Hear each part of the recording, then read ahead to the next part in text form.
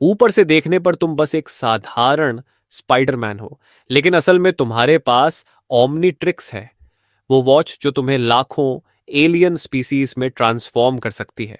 जहां पीटर अभी भी इस बात से जूझ रहा है कि great power comes with great responsibility, वहीं तुम खुद पहल करते हो, अंकल बेन की मौत वाली ट्रेजेडी को पहले ही रोक देते हो, और यहां तक कि आयरन मैन का भी सीधे सामना करने के लिए तैयार रहते हो, क्योंकि 15 साल पहले तुम मार्वल यूनिवर्स में आ गए थे और पीटर पार्कर के कजन बेन द स्पार्कर बन गए थे। जब तुम 10 साल के थे तब अंकल बेन और आंट मे ने तुम्हें अडॉप्ट करके पाला था। एक दिन गलती से तुम्हें एक टॉयलेट में पूरे यूनिवर्स की सबसे अल्टीमेट टेक्नोलॉजी ओमनीट्रिक्स मिल गई। लेजेंड के मुताबिक ये छोटी सी वॉच तुम्हें लाखों एलियन स्पीशीज में ट्रांसफॉर्म कर सकती थी। तुम्हारा सपना था आयरन मैन को एक पंच में गिरा देना और वेनम को पैरों तले कुचल देना, लेकिन तुम्हें अंदाजा नहीं था कि ओमनिट्रिक्स को अभी एक्टिवेट होना बाकी था। कुछ दिन पहले ऑस्कॉर्प के टूर के दौरान तुम्हारी नजर उस म्यूटेटेड स्पाइडर पर पड़ी। तुम पीटर का चांस छीनना नहीं चाहते थे, तुम्हें बस उम्मीद थी कि पीटर को बाइट करने के बाद शायद वो तुम्हें भी बाइट कर दे और ओमनिट्रिक्स एक्टिवेट हो जाए। अपना मिशन पूरा करके पीटर को बाइट करने के बाद वो स्पाइडर वहीं लैब टेबल पर मर गया।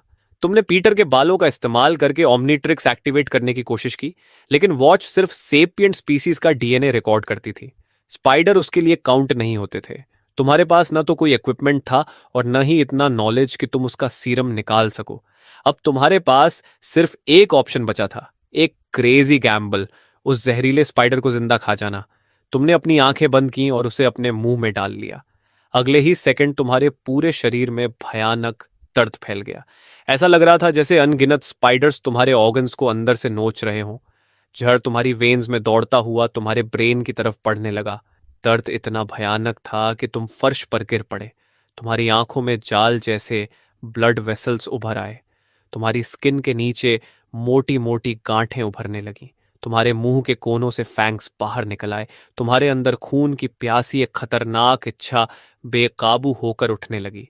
कांपते हुए तुमने अपनी कलाई की तरफ देखा। पिछले 5 साल से डर्मेंट ओमनिट्रिक्स अभी भी पूरी तरह काली पड़ी थी। तुम्हारा गैम्बल फेल हो चुका था।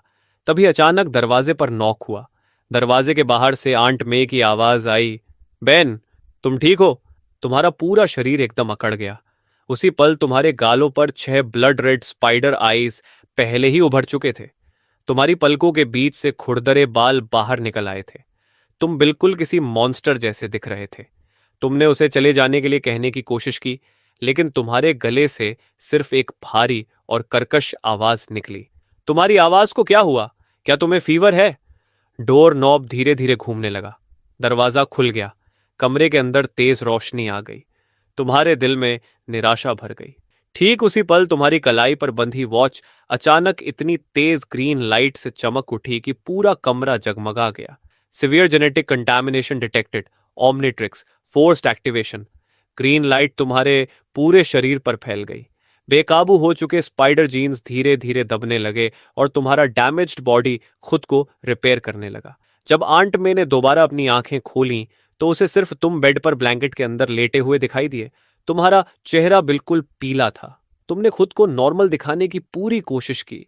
आंट मे ने तुम्हारे माथे पर हाथ रखा, फिर बताया कि पीटर का स्कूल में किसी से फाइट हो गया था और अंकल बेन उसे लेने गए हैं। तुम्हें ठीक देखकर उसने और कुछ नहीं पूछा और दरवाजा बंद करके चली गई। तुमने ब्लैंकेट हटाया। तुम्हारी आर्म्स पर अभी भी स्पाइडर के हल्के पैटर्न्स दिखाई दे रहे थे। डायल ग्रीन ग्लो कर रहा था। Insufficient energy, genetic repair, 1 minute 37 second remaining. तुम्हें समझ नहीं आ रहा था कि हंसो या रो। जिस अल्टीमेट टेक्नोलॉजी को सपोजिडली इतना पावरफुल बताया गया था कि वो पूरे यूनिवर्स को डिस्ट्रॉय कर सकती थी, उसमें असल में एनर्जी ही कम थी। 90 सेकंड्स बाद स्पाइडर के सारे पैटर्न्स पूरी तरह गायब हो गए। तुम्हारी स्ट्रेंथ और सेंसेस दोनों बहुत ज्यादा बढ़ चुके थे। तुम्हारे पास स्पाइडर की पावर्स अब भी थीं। अगले ही सेकंड डायल ब्लू हो गया और कैलिब्रेशन मोड में चला गया। वो रैंडमली एलियन डीएनए सेलेक्ट करने लगा, 10 आउट ऑफ 1 मिलियन स्पीसीज। तुमने अपनी सांस रोक ली और ब्लू लाइट के फेड होने का इंतजार किया। फिर तुमने डायल चेक किया। हीट ब्लास्ट, वाइल्ड मट, diamond head, XLR8, grey matter, 4 arms, original 10 heroes में से सभी मौजूद थे। पावर, स्पीड और इंटेलिजेंस, पूरी लाइनअप काफी बैलेंस्ड थी। खासकर ग्रे मैटर। एक गैल्विन की इंटेलिजेंस थियोरेटिकली वॉच की हर रिस्ट्रिक्शन को क्रैक कर सकती थी। तभी सीढ़ियों से फुटस्टेप्स की आवाज आई। तुम्हारी एनहांस्ड हियरिंग ने तुरंत पीटर को पहचान लिया। बेडरूम का डोर खुला। पीटर ने कुछ बोलना भी शुरू नहीं किया था कि तुम्हारी आंखों से उसकी आंखें मिलते ही वो वहीं फ्रीज हो गया। तुम्हारी स्पाइडर सेंसेस के बीच एक अजीब सी रेजोनेंस हवा में महसूस हुई। तुम्हें भी स्पाइडर ने बाइट किया? उसकी आंखें बड़ी हो गईं। हेडबोर्ड से टिक कर तुमने आराम से जवाब दिया, टेक्निकली मैंने एक को खा लिया था। पीटर वहीं जम गया। उसे कुछ समझ ही नहीं आया। जब वो थोड़ा संभला तो पीटर तुरंत एक्साइटेड हो गया। उसने एक पुराने कंप्यूटर में ऑस्कॉर्प की स्पाइडर रिसर्च खंगाली और कर्ट कॉर्नर्स से जुड़ी फाइल्स निकाल ली, इस उम्मीद में कि म्यूटेशंस के पीछे की सच्चाई पता चल सके और शायद उसके पेरेंट्स के बारे में भी कोई क्लू मिल जाए। उसने तुम्हें भी साथ चलने के लिए कहा। तुमने सिर हिलाते हुए कहा, इंटरेस्टेड नहीं हूं। पीटर हैरान होकर बोला, इंटरेस्टेड नहीं? ये सुपर पावर्स हैं। तुम सुपर हीरो क्यों नहीं बनना चाहते? लेकिन सुपर हीरो शब्द सुनकर तुम्हारे दिल में कुछ भी नहीं हुआ। तुम हीरोज की कीमत देख चुके थे। तुम देख चुके थे कि पीटर के आसपास के लोग एक एक करके उसे छोड़ते चले जाते हैं। तुम्हें हीरो नहीं बनना था। तुम सिर्फ ये पक्का करना चाहते थे कि अंकल बेन की मौत ना हो और हर खतरे को बड़ा होने से पहले ही खत्म कर दिया जाए। तुम ऑनस्कॉप के पूरे मेस का हिस्सा नहीं बनना चाहते थे, लेकिन वो रॉबर जो आगे चलकर अंकल बेन को मारने वाला था, उससे तुम्हें पहले ही निपटना था। तुमने पीटर को कमरे से बाहर निकाल दिया, डोर लॉक किया और ओमनीट्रिक्स दबाया। ग्रीन लाइट चमकी। तुम पाल्म साइज्ड ग्रे मैटर में ट्रांसफॉर्म हो गए। मैकेनिकल और टेक्नोलॉजिकल नॉलेज की एक पार्ट तुम्हारे ब्रेन में भर गई। तुम्हारी सोच की स्पीड 100 गुना बढ़ गई। तुमने ओमनीट्रिक्स के कोर प्रोग्राम को क्रैक करने की कोशिश की, लेकिन अजमूत की सिक्योरिटी पूरी तरह एयर टाइट थी। फिलहाल उसके अंदर जाने का कोई रास्ता नहीं था, इसलिए पहले कुछ प्रैक्टिकल करना बेहतर था। तुम डेस्क पर चढ़ गए। सिर्फ 10 मिनट में तुमने कई दिनों का फिजिक्स होमवर्क पूरा कर दिया। जहां तक हैकिंग की बात थी, एनवाईपीडी डेटाबेस तुम्हारे लिए किसी खिलौने की तरह आसान था। तुमने रॉबरी रिकॉर्ड्स, क्वींस में एक्टिविटी और रिस्ट पर स्टार टैटू के हिसाब से सर्च फिल्टर किया। कुछ ही सेकंड्स बाद एक फाइल सामने आ गई।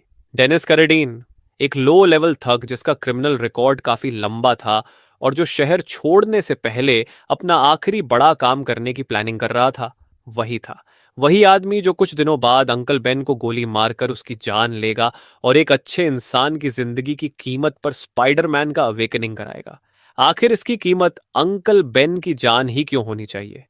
तुमने सिस्टम से लॉग आउट किया और वापस नॉर्मल फॉर्म में आ गए। ये ट्रांसफॉर्मेशन पूरे आधे घंटे तक चला था, यानी ओरिजिनल 10 मिनट से कहीं ज्यादा। स्पाइडर जीन्स ने तुम्हारी कंपैटिबिलिटी बढ़ा दी थी, जिससे ट्रांसफॉर्मेशन का टाइम भी बढ़ गया था। आधा घंटा बहुत कुछ करने के लिए काफी था। अगली सुबह सुबह तुमने आंट मे से कहा कि तुम एक क्लासमेट से मिलने जा रहे हो और घर से जल्दी निकल गए। लेकिन तुम सीधे डेनिस के पास नहीं गए। सबसे पहले तुम हेल्स किचन के चक्कर लगाते हुए उसकी मूवमेंट्स ट्रैक करने लगे। जैसा तुमने सोचा था, वो थग सच में भागने की तैयारी कर रहा था। वो एक पियर ढूंढ रहा था और साथ ही अपना आखिरी बड़ा काम करने की प्लानिंग कर रहा था। शाम होते होते तुमने उसे एक अबैंडन्ड फैक्ट्री में डील करने के लिए जाते हुए देख लिया। अब समय आ गया था। तुम एक एले में घुसे और ओमनीट्रिक्स के डायल की तरफ हाथ उठाया। तुमने XLR8 के आइकॉन पर डायल घुमा दिया। ग्रीन लाइट चमकी। तुम्हारा शरीर तुरंत स्ट्रेच हुआ और ट्रांसफॉर्म होने लगा। पूरी बॉडी काली स्किन से ढक गई। तुम्हारे लिम्स और लंबी टेल पर ब्लू स्ट्राइप्स फैल गईं। तुम्हारे पैर व्हील जैसी स्ट्रक्चर्स में बदल गए। तुम्हारे चेहरे पर एक ब्लैक वाइजर आकर गिर गया, जिसमें सिर्फ शार्प ट्रायंगुलर आईज दिखाई दे रही थी। एक किनेसिलेरन XLR8 एक ऐसी स्पीसीज जो पूरे यूनिवर्स में अपनी जबरदस्त स्पीड के लिए मशहूर थी। तुमने बस हल्की सी मूवमेंट की और ब्लैक ब्लर की तरह आगे निकल गए। तुम इतनी तेज थे कि नेकेड आई के लिए तुम्हें फॉलो करना लगभग इम्पॉसिबल था। तुम्हारे कानों में सिर्फ हवा की तेज गरज सुनाई दे रही थी। सड़क के दोनों तरफ की बिल्डिंग्स पीछे की तरफ उड़ती हुई महसूस हो रही थी। तुमने आधे मिनट से भी कम समय में कई किलोमीटर्स की दूरी तय कर ली। अबैंडन्ड फैक्ट्री के अंदर डेनिस ने अभी अभी अपना डील खत्म किया था। वो खुशी खुशी गंदे पैसों को गिन रहा था और रातों रात भाग जाने की प्लानिंग कर रहा था। इससे पहले कि वो कुछ समझ पाता, उसकी गर्दन के पीछे अचानक तेज दर्द हुआ। उसकी आंखों के सामने अंधेरा छा गया और वो बेहोश हो गया। जब उसे दोबारा होश आया तो वो हवा में लटका हुआ था, जमीन से 10 मीटर से भी ज्यादा ऊपर। जरा सी मूवमेंट भी उसे बुरी तरह झुला देती थी। उस अंधेरी फैक्ट्री के अंदर हवा में धूल और जंग की बदबू भरी हुई थी। मैं कहाँ हूं? डेनिस डर के मारे लगभग अपना होश खो बैठा। उसकी आवाज कांप रही थी और ऐसा लग रहा था जैसे वो रोने वाला हो। वो सिर्फ एक छोटा मोटा थग था। आम लोगों को धमका सकता था, लेकिन इतनी ऊंचाई पर जमीन से लटका होना उसके लिए इतना डरावना था कि उसके होश उड़ गए। डेनिस कार्डन, तुम्हारी आवाज खाली फैक्ट्री में गूंज उठी, जिसमें XLR-8 की खास तेज और दोहरी आवाज सुनाई दे रही थी। वो आवाज बेहद दबाव डालने वाली थी। तुम जानते हो मैं तुम्हें यहां क्यों लाया हूं?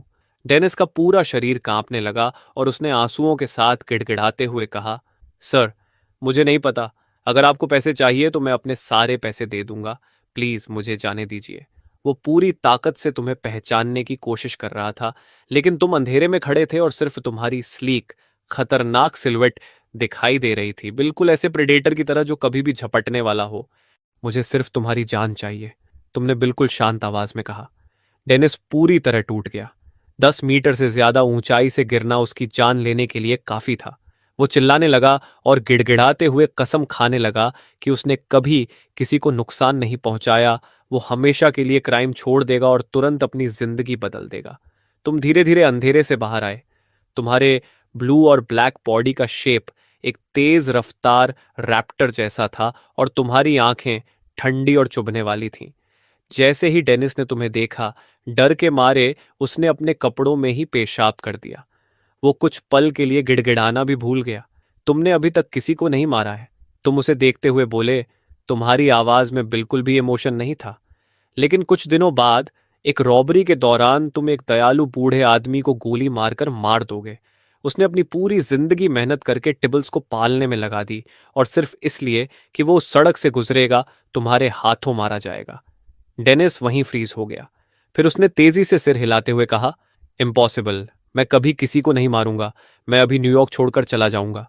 उसे लगा कि तुम कोई ऐसा पागल हो जो फ्यूचर देख सकता है, लेकिन तुम जानते थे कि यह कोई प्रेडिक्शन नहीं था, यह फेट था। तुम्हें ज्यादा बातें करने में कोई इंटरेस्ट नहीं था। XLR-8 में ट्रांसफॉर्म होने के बाद तुम्हारा टेम्परमेंट भी और इम्पेशेंट हो गया था। अगर काम एक्शन से हो सकता था तो बात करने की कोई जरूरत नहीं थी। तुमने उस रोप की तरफ एक शार्प क्लॉ उठाया जिससे डेनिस लटका हुआ था। तुम्हें बस उसे काटना था और फिर अंकल बेन नहीं मरेगा। पीटर को वो क्रशिंग बर्डन अपने ऊपर नहीं उठाना पड़ेगा। हर ट्रेजेडी शुरू होने से पहले ही खत्म हो जाएगी। मेरी कोल्डनेस के लिए मुझे ब्लेम मत करना। अगर किसी को ब्लेम करना है तो अपने गलत रास्ते को चुनने के लिए खुद को ब्लेम करो। तुम्हारा क्लॉ धीरे धीरे रोप में घुसने लगा। एक एक करके फाइबर्स टूटने लगे। डेनिस की चीखें पूरी फैक्ट्री में गूंज उठीं। रोप पूरी तरह टूटने से बस एक सेकंड पहले बूम, फैक्ट्री की छत में अचानक एक बहुत बड़ा होल बन गया। ऊपर से एक क्रिम्सन और गोल्ड फिगर आग की लपटों के साथ नीचे उतरा। उसके रेपल्जर से निकली शॉकवेव फर्श से टकराई। चारों तरफ धूल उड़ गई। वो नीचे की तरफ झपटा और टेनिस के गिरते ही उसे पकड़ लिया। फिर उसे धीरे से जमीन पर उतार दिया। इसके बाद उसके आर्मर के बूट से फ्लेम्स निकलने लगीं और वो धीरे धीरे ऊपर उठते हुए तुम्हारे लेवल पर आ गया। Tony Stark, Iron Man. तुम्हारी प्यूपिल्स सिकुड़ गईं और तुम्हारे अंदर अचानक बेवजह का गुस्सा भड़क उठा। डैम इट, ये यहां क्यों है? टोनी स्टार्क, तुमने दांत पीसते हुए कहा। तुम्हारी आवाज में दबा हुआ गुस्सा साफ महसूस हो रहा था। तुमने हर चीज की प्लानिंग की थी, लेकिन यह नहीं सोचा था कि आयरन मैन बीच में आकर घुस जाएगा। तुम मुझे जानते हो? मार्क 3 के अंदर से टोनी की बेफिक्र आवाज आई, जिसमें उसका हमेशा वाला एरोगेंस साफ झलक रहा था। लगता है मैं इतना फेमस हूं कि जू से भागे हुए छोटे लिजर्ड्स भी मुझे जानते हैं। सर, ये कोई नॉन टेरेस्ट्रियल स्पीशीज नहीं है। जार्विस की आवाज उसके कान में सुनाई दी। जार्विस, मुझे यह बताने की जरूरत नहीं थी। टोनी ने आंखें घुमाई। वो एक नए इंजन की फ्लाइट परफॉर्मेंस टेस्ट कर रहा था। तभी उसके सिस्टम्स ने शहर में बेहद तेज स्पीड से मूविंग किसी अननोन ऑर्गेनिज्म को डिटेक्ट किया। उसका ट्रेल फॉलो करते हुए वो ठीक समय पर यहां पहुंच गया और उसने एक इंसान की जान लेने की कोशिश होते हुए देख ली। उसकी नज़र में तुम बस एक अजीब दिखने वाले एलियन मॉन्स्टर थे जो एक इंसान को मारने की कोशिश कर रहा था। मुझे नहीं पता तुम क्या हो, एलियन हो, जेनेटिक फ्रिक हो या कुछ और। टोनी ने अपनी हथेली उठाई। रिपल्जर की हल्की सफेद रोशनी चमक उठी और उसने तुम्हें टारगेट कर लिया। लेकिन जब तक मैं यहां हूं तुम किसी को नुकसान नहीं पहुंचाओगे। हाथ ऊपर करो, सरेंडर करो। डायनोसॉर पो, डायनोसॉर पो। तुम सिर्फ इरिटेशन के कारण लगभग हंस पड़े। इससे दूर रहो स्टार्क। इसका तुमसे कोई लेना देना नहीं है। तुमने डेनिस की तरफ फर्श पर देखते हुए टोनी स्टार्क को ठंडी आवाज में चेतावनी दी। हटो। मुझे तुम्हें भी हैंडल करने पर मजबूर मत करो। तुम आयरन मैन से लड़ना नहीं चाहते थे। इसलिए नहीं कि तुम उसे हरा नहीं सकते थे, बल्कि इसलिए क्योंकि उससे बेवजह ट्रबल बढ़ जाता। जैसे ही तुम किसी मेनेस के तौर पर सामने आते, शील्ड जल्द ही तुम पर नजर रखना शुरू कर देता। ओमनीट्रिक्स का सीक्रेट सामने आ सकता था, लेकिन तुम डेनिस को किसी भी हालत में जाने भी नहीं दे सकते थे। मेरा इससे कोई लेना देना नहीं। टोनी ऐसा एक्सप्रेशन देने लगा जैसे उसने कोई जोक सुन लिया हो। तुम न्यूयॉर्क सिटी में किसी इंसान को मारने की कोशिश कर रहे हो और कह रहे हो कि इसका मुझसे कोई लेना देना नहीं है। वो बैड गाय हो या नहीं, तुम्हें उसे जज करने का राइट किसने दिया? तुम अपने आप को समझते क्या हो? जज? गॉड? मैं इनमें से कुछ भी नहीं हूं। तुमने उसे घूरते हुए धीरे धीरे कहा। मैं सिर्फ इतना जानता हूं कि ये आदमी एक इनोसेंट बूढ़े इंसान की मौत का कारण बनेगा। अगर मैं इसे पहले ही मार दूं तो उस आदमी की जान बच सकती है। बकवास, टोनी ने तुरंत कहा। फ्यूचर की किसी सपोज्ड विजन की वजह से तुम एक जिंदा इंसान को मारना चाहते हो। इसे मर्डर कहते हैं। उसका राइटियस एक्सप्रेशन देखकर तुम अचानक हंस पड़े। वो एक ठंडी हंसी थी। टोनी स्टार्क, मर्डर के बारे में मुझे लेक्चर देने का तुम्हें क्या हक है? स्टार्क इंडस्ट्रीज को अमीर किस चीज ने बनाया? क्या तुम भूल गए कि दुनिया भर के कितने बैटलफील्ड्स पर तुम्हारे परिवार के बनाए वेपन्स से मारे गए लोगों की लाशें पड़ी हैं? तुम्हारे बनाए मिसाइल्स के नीचे कितने बच्चे मारे गए?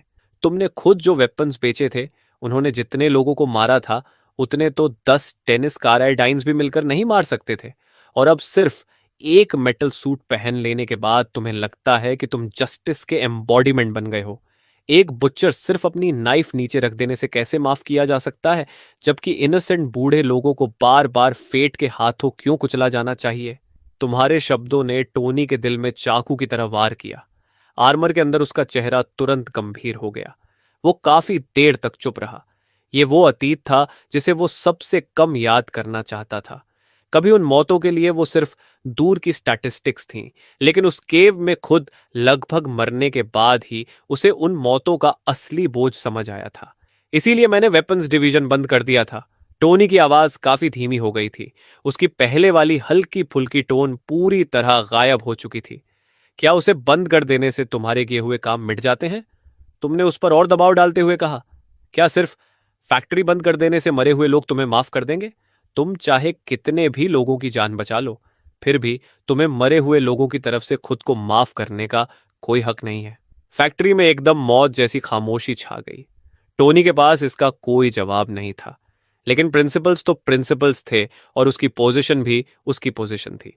वो अपने सामने तुम्हें किसी इंसान को मारते हुए देखकर चुपचाप खड़ा नहीं रह सकता था। बहुत हो गया ये स्पीचेस का खेल। टोनी ने फिर से अपनी हथेली उठाई। रिपल्सर की रोशनी लगातार तेज होती गई। मैं आखिरी बार कह रहा हूं, उसे छोड़ दो और सरेंडर कर दो, वरना मैं अच्छा बनना बंद कर दूंगा। तुमने धीरे धीरे अपने दोनों हाथ ऊपर उठाए। टोनी को लगा कि आखिरकार तुम मान गए हो। तभी उसे तुम्हारी बर्फ जैसी ठंडी आवाज सुनाई दी। 3 मिनट। मैं तुम्हें 3 मिनट में हरा दूंगा। शब्द तुम्हारे मुंह से निकलते ही तुम्हारे पैर हिले और तुम उस जगह से गायब हो गए। तुम इतनी तेज थे कि पीछे आफ्टर इमेज तक नहीं छूटी। बूम! टोनी ने इंस्टिंक्ट से फायर कर दिया। रिपल्सर बीम सीधे उस जगह जा टकराई जहां तुम खड़े थे और शीट मेटल प्लेटफॉर्म में एक बहुत बड़ा होल कर दिया। मेटल के टुकड़े चारों तरफ उड़ गए। Got him. टोनी ने मुट्ठी कसते हुए सोचा कि उसका शॉट लग गया है। सर, आपने टारगेट को हिट नहीं किया।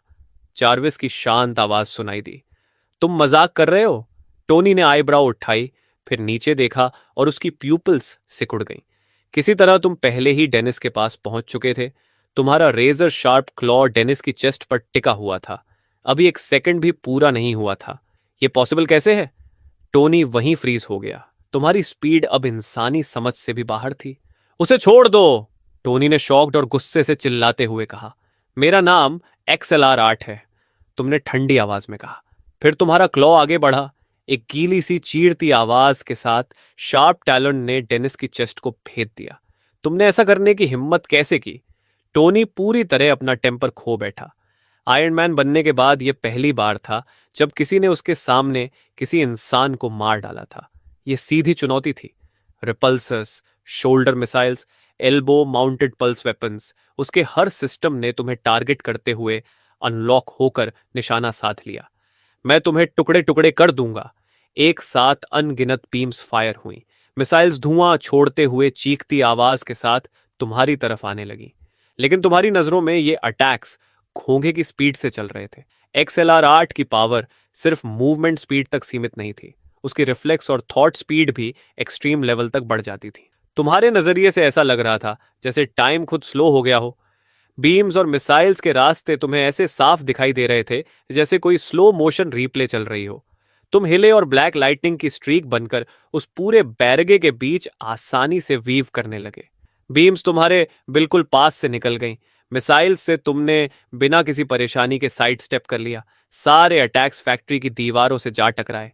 एक के बाद एक एक्सप्लोजन्स की गड़गड़ाहट पूरी बिल्डिंग में गूंजने लगी।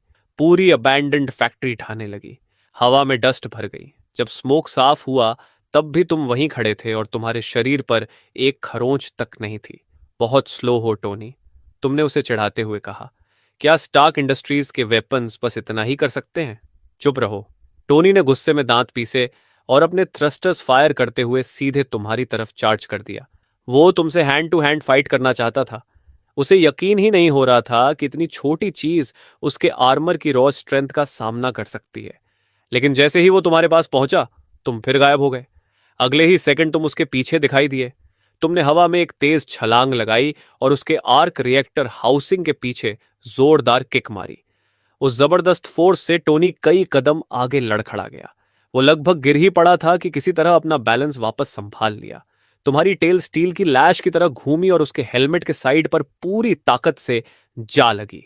क्लैंग! एक तेज मेटेलिक इंपैक्ट की आवाज गूंज उठी। टोनी और उसका आर्मर दोनों साइडवेज उड़ते हुए फैक्ट्री की दीवार को तोड़कर बाहर खुले लॉट में जा गिरे। जमीन पर गिरते हुए उसने एक लंबी ट्रेंच बना दी। आर्मर के अंदर टोनी का सिर उस चोट से घूम रहा था। उसके कानों में घंटियां बज रही थीं। Sir, mild concussion detected. Armour damage 12%। Jarvis ने तुरंत रिपोर्ट किया। मुझे पता है। टोनी ने दांत पीसते हुए खुद को फिर खड़ा किया। डैम इट, ये मॉन्स्टर इतना स्ट्रॉन्ग क्यों है? कई 100 किलोमीटर प्रति घंटा की स्पीड से हुआ इंपैक्ट XLR-8 की अपनी स्ट्रेंथ के साथ मिलकर टाइटेनियम अलॉय आर्मर के लिए भी आसानी से सहना मुश्किल था। चार्विस, ऑटोमेटिक कम्बैट मोड पर स्विच करो। मैं तुम्हें फुल कंट्रोल दे रहा हूं। टोनी जानता था कि उसके अपने रिफ्लेक्सेस तुम्हारी मूवमेंट्स के साथ कभी मैच नहीं कर सकते, इसलिए उसने बिना देर किए कंट्रोल AI को सौंप दिया। Understood sir. Automatic combat mode engage. Armour की आंखें और ज्यादा चमकने लगीं। हर वेपन को ऑटोमेटिक टारगेटिंग मोड में डालो। चार्विस किसी भी इंसान से कहीं ज्यादा तेजी से रिएक्ट कर सकता था। थ्योरी में वो तुम्हारी स्पीड के साथ कीप अप कर सकता था। कम ऑन, डायनासोर बो, टोनी ने दांत भींचकर कहा। देखते हैं तुम कब तक डोड करते रह सकते हो। तुमने अपनी रिस्ट घुमाई और तुम्हारे होंठ के कोने पर एक ठंडी स्माइल आ गई। Automatic mode. टॉप स्पीड पर XLR-8 के साथ चार्विस भी कीप अप नहीं कर सकता था। राउंड 2। टनी स्टार्क, तुमने अपने शरीर को स्प्रिंटर स्टैंस में झुका लिया। तुम्हारा विजर पूरी तरह नीचे आ गया। तुम्हारी आंखें बर्फ जैसी ठंडी हो गईं। Hope you can take it. शब्द खत्म भी नहीं हुए थे कि तुम फिर से मूव कर गए।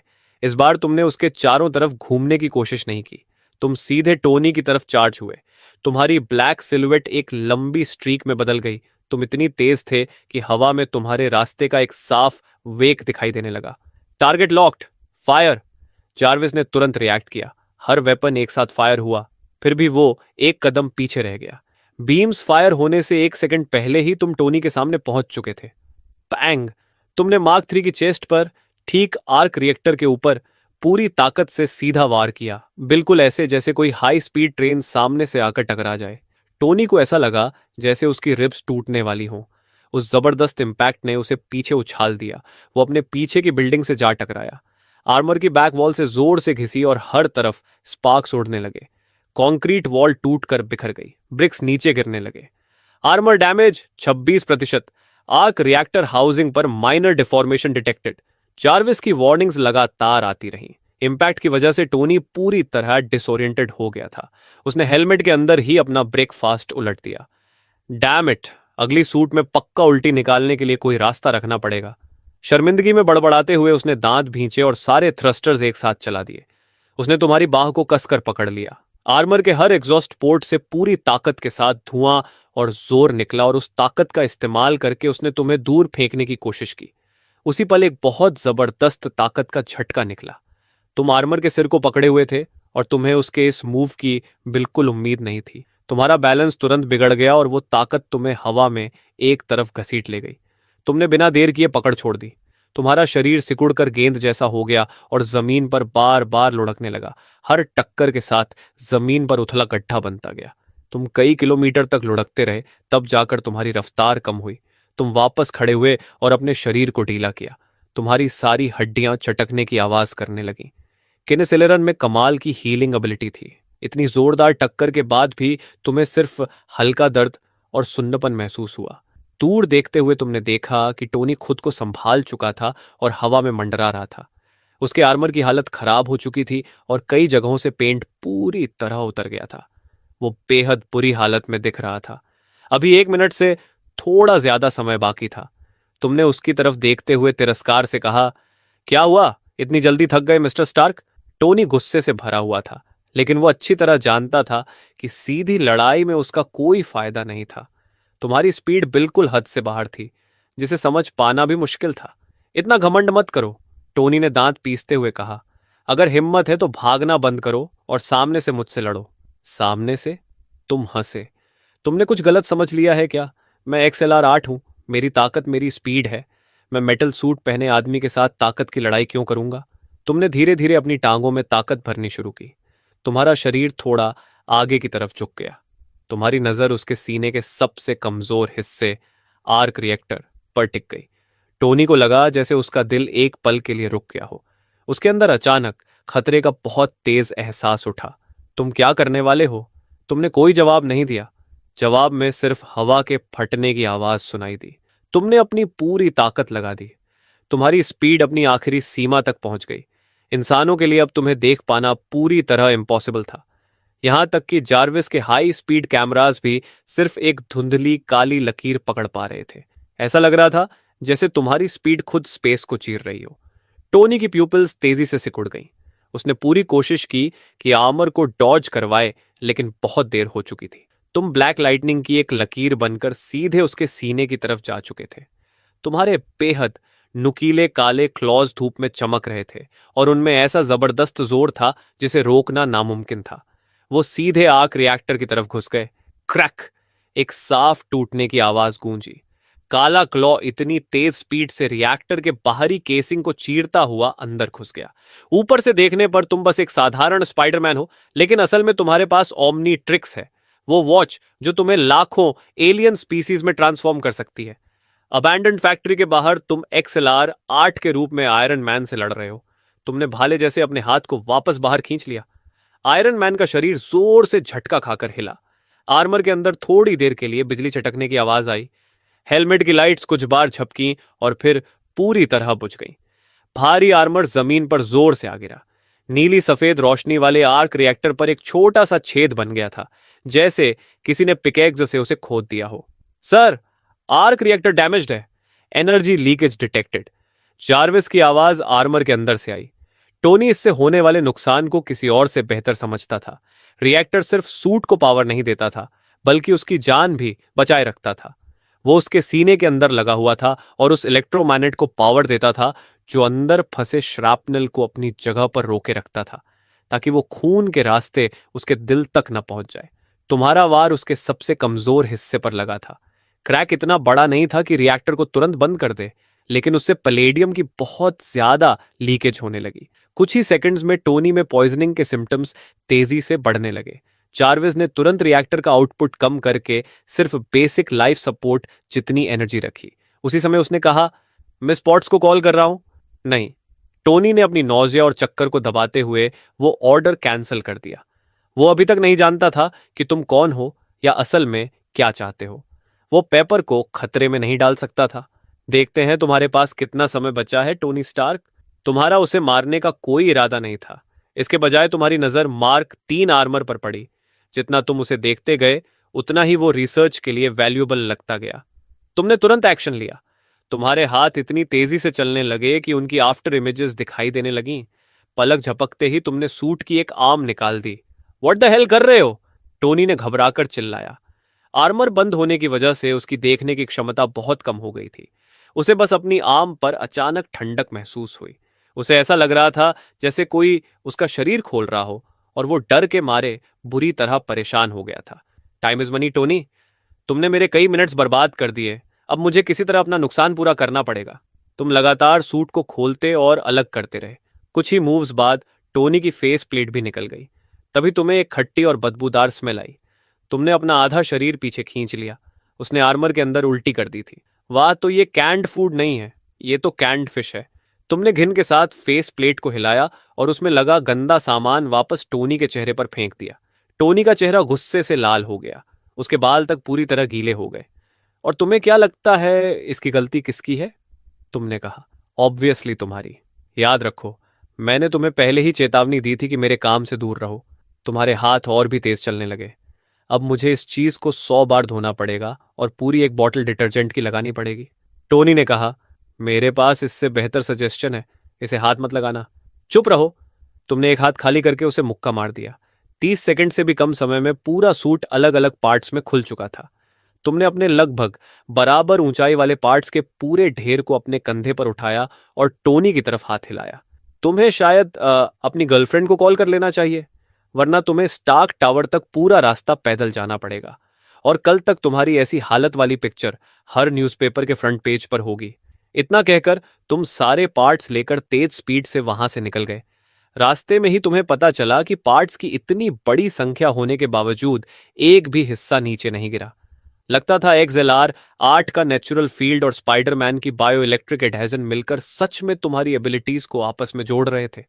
इस बात का एहसास होते ही तुम्हारी आंखें चमक उठीं। तुमने 1 सेकंड में पूरे सूट की बाहरी परत हटा दी, अंदर छिपा ट्रैकर ढूंढकर उसे नष्ट कर दिया। फिर तुमने सारे पार्ट्स को सुरक्षित जगह पर छिपा दिया। आर्मर की रिसर्च बाद में की जा सकती थी। जब तुम ग्रे मैटर बनोगे तब आराम से इसका अध्ययन कर सकते हो। फिलहाल स्कूल पहुंचना ज्यादा जरूरी था। 10 सेकंड्स बाद तुम स्कूल पहुंच गए। तुमने हर कैमरा से बचते हुए रेस्टरूम में कुछ दर्जन सेकंड्स इंतजार किया और फिर वापस अपने नॉर्मल रूप में आ गए। ठीक उसी समय बेल बज गई। तुम आखिरी पल में क्लासरूम के अंदर पहुंच गए। परफेक्ट, तुम लगभग टाइम पर पहुंच गए थे। तभी पार्कर, तुम्हारे होम रूम टीचर, पोडियम के पास खड़ा था। उसका चेहरा बिल्कुल सख्त था। बाहें सीने पर बंधी हुई थीं और वो तुम्हें घूर रहा था। तुम लेट हो। फिर उसने कहा, तो बताओ, स्पीडस्टर्स हमेशा लेट क्यों होते हैं? तुम अपनी सीट पर जाकर बैठ गए। अमेरिकन स्कूल्स में टीचर्स इस बात से ही खुश रहते हैं कि स्टूडेंट्स कम से कम स्कूल आ तो गए। बेल बजते ही पहुंचने पर कोई बहुत बड़ा हंगामा नहीं करने वाला था। तुम्हारे आगे बैठी सफेद बालों वाली लड़की ने टीचर के पीछे मुड़ने का इंतजार किया, फिर पीछे झुककर धीरे से पूछा, हे बेन, आज तुम लेट क्यों हुए? 1 सेकंड लेट होने को लेट नहीं कहते। तुम होमवर्क निकालते हुए जवाब देते हो, फेलिसिया हार्डी, स्कूल की मशहूर, अमीर और खूबसूरत लड़की, और तुम उसकी दूसरी पहचान भी जानते हो, यानी फ्यूचर की ब्लैक कैट। लेकिन अभी वो खुद अपने पिता के अतीत के बारे में कुछ नहीं जानती और न ही उस रास्ते पर गई है। तुम्हारे पास हमेशा कोई ना कोई बहाना होता है। फेलिकिया मुंह फुलाकर वापस आगे मुड़ जाती है। तुम्हें ध्यान से टेक्स्ट बुक पलटते हुए देखकर उसके मन में अचानक तुम्हारे लिए एक अजीब सा अपनापन महसूस होता है। तुम दोनों मेहनत करते हो, लेकिन तुम दोनों में से किसी को भी बहुत बड़ा जीनियस नहीं माना जाता। वो तुम्हें स्टडी ग्रुप बनाने का सुझाव देने ही वाली थी कि टीचर फिर से पीछे मुड़ गया। वो तुरंत अपनी जगह पर सीधी होकर बैठ गई। तुम्हें पता ही नहीं चला कि वो क्या सोच रही है। तुम्हारा दिमाग तो अभी अभी मिले आयरन मैन के आर्मर में पूरी तरह उलझा हुआ था। एक असली मार्क 3।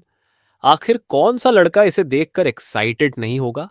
जब तुम ग्रे मैटर में ट्रांसफॉर्म होंगे तब तुम इसकी पूरी बनावट और टेक्नोलॉजी को अच्छी तरह समझ पाओगे।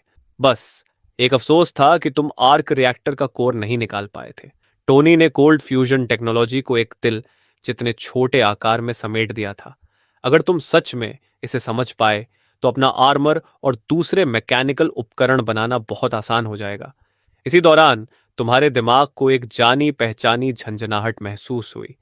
तुमने आराम से हाथ उठाया और हवा में उड़कर आया एक नोट बिल्कुल सही पकड़ लिया। मैं स्टडी सेशन की प्लानिंग कर रही हूँ, क्वेन को भी बुला रही हूँ, क्या तुम मेरे घर आना चाहोगे? नीचे फेलिकिया का नाम लिखा था। तुमने ऊपर देखा और उसकी आंखों से नजर मिली। उसने तुम्हें आंख मारी और बिना आवाज के कहा, तुम अपने कजन पीटर पार्कर को भी ला सकते हो। ग्वेन और पीटर काफी समय से ग्रेड में पहले और दूसरे स्थान पर बने हुए थे। पीटर को किसी खूबसूरत और पढ़ाई में अच्छी लड़की से मिलवाना शायद उसे हर दिन किसी और के बारे में सोचते रहने देने से बेहतर होता। फिर भी तुमने सिर हिलाया और नोट को मसल कर फेंक दिया। सॉरी फिलिशिया, स्कूल के बाद मुझे कुछ काम है, और जहां तक पीटर की बात है, मुझे नहीं लगता कि इन दिनों उसके पास भी ज्यादा फ्री टाइम होगा। फिलिशिया का टोन तुरंत ठंडा पड़ गया। उसने गुस्से में अपना सिर दूसरी तरफ घुमा लिया। बहाने, अगर साथ में पढ़ना नहीं है तो सीधे बोल दो। उसने मन ही मन कसम खा ली कि स्कूल खत्म होने तक तुमसे दोबारा बात नहीं करेगी। जब वो और ग्वेन स्टडी ग्रुप बनाएंगी तो उसकी और ग्वेन की पढ़ाई में काफी सुधार हो जाएगा। तुम्हें इसका पछतावा होगा। फिर जब तक तुम उससे मदद की भीख नहीं मांगोगे, तुम्हारे पास कोई मौका नहीं होगा। तुमने इस बात को ज्यादा महत्व नहीं दिया। तुम वापस मुड़कर क्लास पर ध्यान देने लगे। लेकिन आज अचानक तुम्हारा दिमाग कुछ ज्यादा ही साफ महसूस हो रहा था। जिन चीजों को समझने में पहले बहुत समय लगता था, वो अब लगभग तुरंत समझ में आने लगी थी। क्या स्पाइडर की पावर्स ने तुम्हारे दिमाग को भी बेहतर कर दिया था, या फिर ग्रे मैटर में ट्रांसफॉर्मेशन के दौरान मिली नॉलेज अभी भी तुम्हारे दिमाग में मौजूद थी? शायद दोनों का असर था।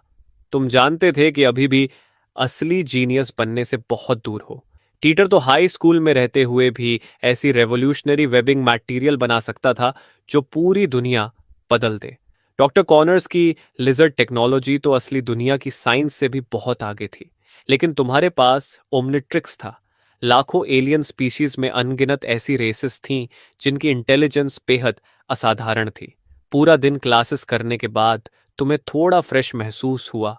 दूसरी तरफ फिलिशिया की हालत खराब हो रही थी। वो खुद को तुम्हारे सामने ऐसे दिखाने की कोशिश कर रही थी जैसे तुम्हारा कोई अस्तित्व ही नहीं है, लेकिन फिर भी उसका ध्यान बार बार तुम्हारी तरफ चला जाता था। पूरे दिन तुम्हें इग्नोर करने पर उसे अंदर ही अंदर गर्व भी हो रहा था। उसे लगा कि तुम जरूर परेशान हो रहे होगे। आखिर स्कूल खत्म हुआ और उसने तुरंत तुम्हारी रिएक्शन देखने के लिए पीछे देखा, लेकिन तुम्हारी सीट पहले ही खाली थी। दूर देखते हुए उसे सिर्फ तुम्हारी पीठ दिखाई दी, क्योंकि तुम क्लासरूम से तेजी से बाहर निकल रहे थे। पेन, फेलिशिया ने झुंझलाकर अपना पैर पटका। पूरे दिन तुम्हारा दिमाग असामान्य रूप से हल्का महसूस हो रहा था। तुम जो कुछ भी सीख रहे थे वो उलझी हुई चीजों की तरह नहीं, बल्कि एक साफ पैटर्न के साथ समझ में आ रहा था। तुम पढ़ाई में पूरी तरह डूब चुके थे और फेलिशिया को पूरी तरह भूल चुके थे। लेकिन स्कूल के बाद तुम्हारा इंतजार उससे कहीं ज्यादा जरूरी काम कर रहा था। क्लासरूम से निकलते ही तुम्हारी मुलाकात पीटर से हो गई, जो खुद भी जल्दी में था। हे बेन, क्या तुम्हारा मन बदल गया और तुम मेरे साथ डॉक्टर कॉनर्स से मिलने चलने वाले हो? उसकी आंखें चमक उठीं, क्योंकि उसे लगा कि तुम खास तौर पर उसके साथ चलने के लिए आए हो।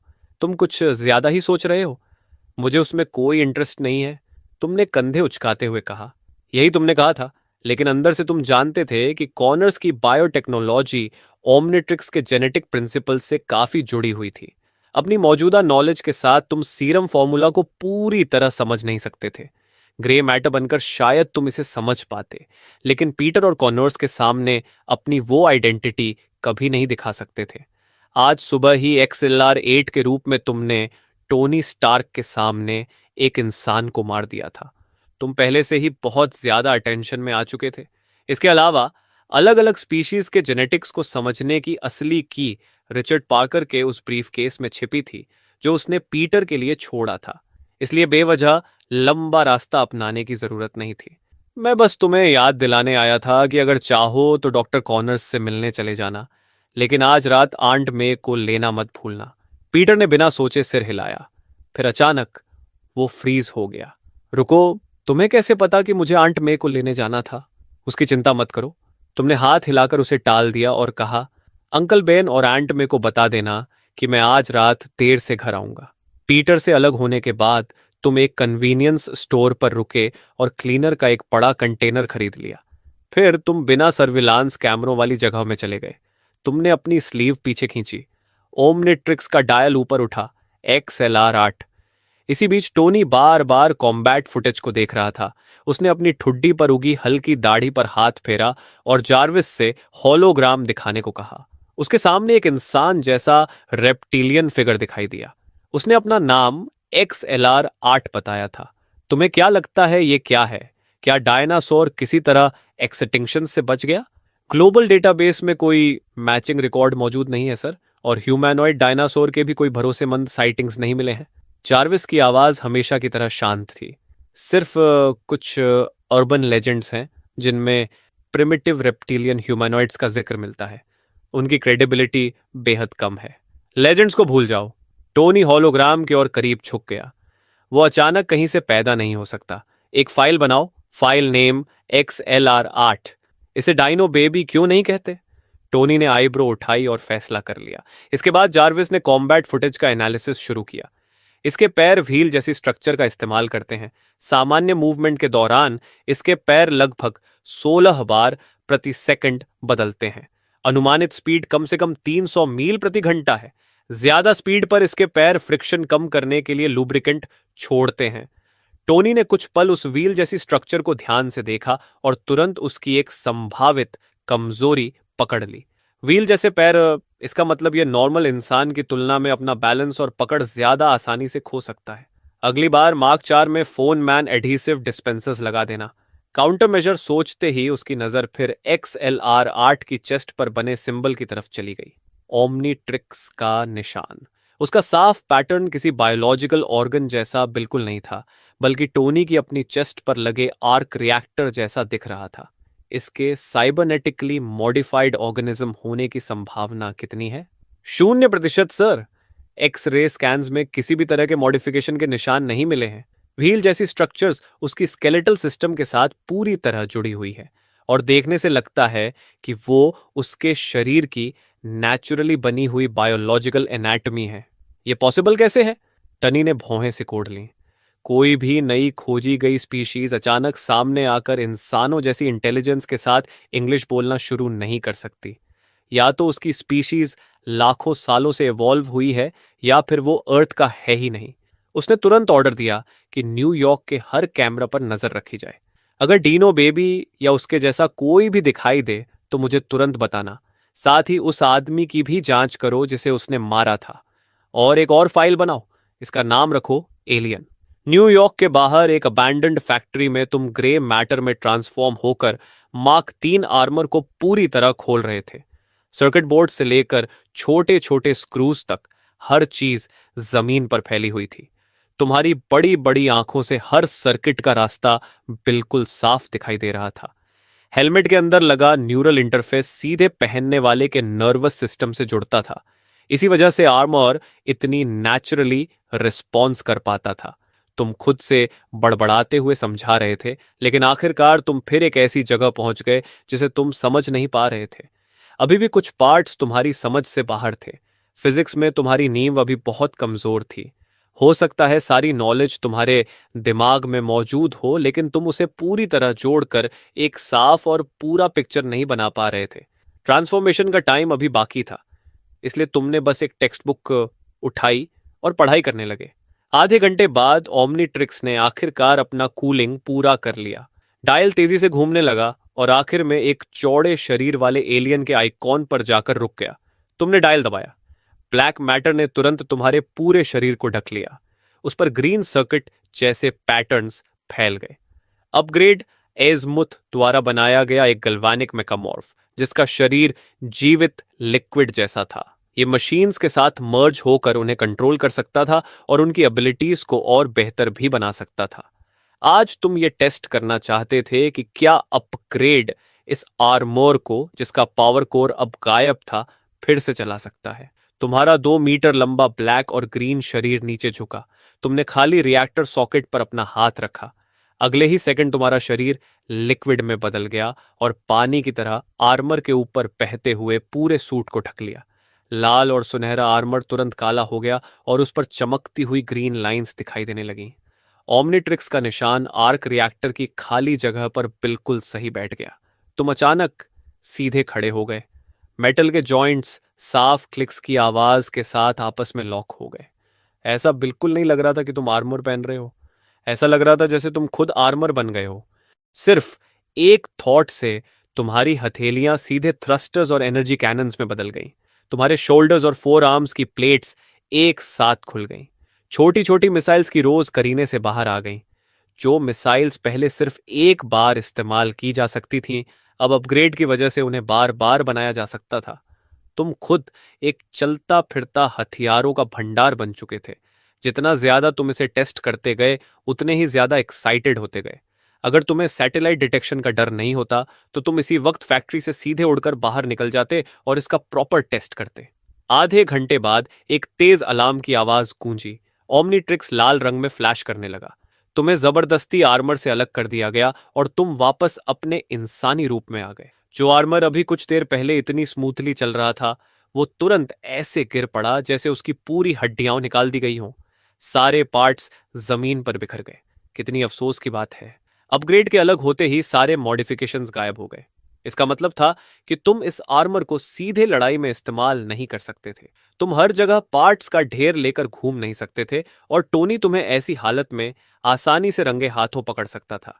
तुम्हारे दिमाग में मलवेयर का ख्याल आया, वो डिफेक्टिव मेकामॉर्फ जो टेक्नोलॉजी को अब्सॉर्ब करके उसके साथ हमेशा के लिए जुड़ सकता था और जिसने एक बार ओमनीट्रिक्स कोर की कॉपी तक बना ली थी। छोड़ो, ओमनीट्रिक्स को कंटेमिनेट करने का रिस्क लेना ठीक नहीं होगा।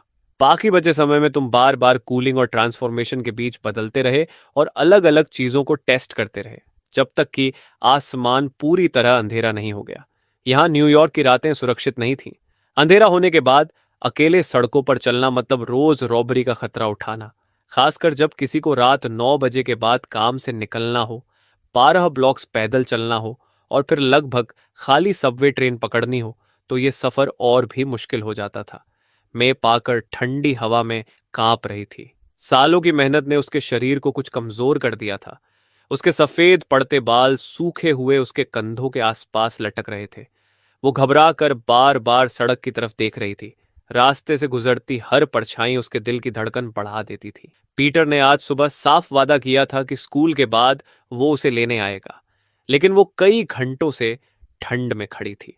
अभी तक पीटर का कोई पता नहीं था।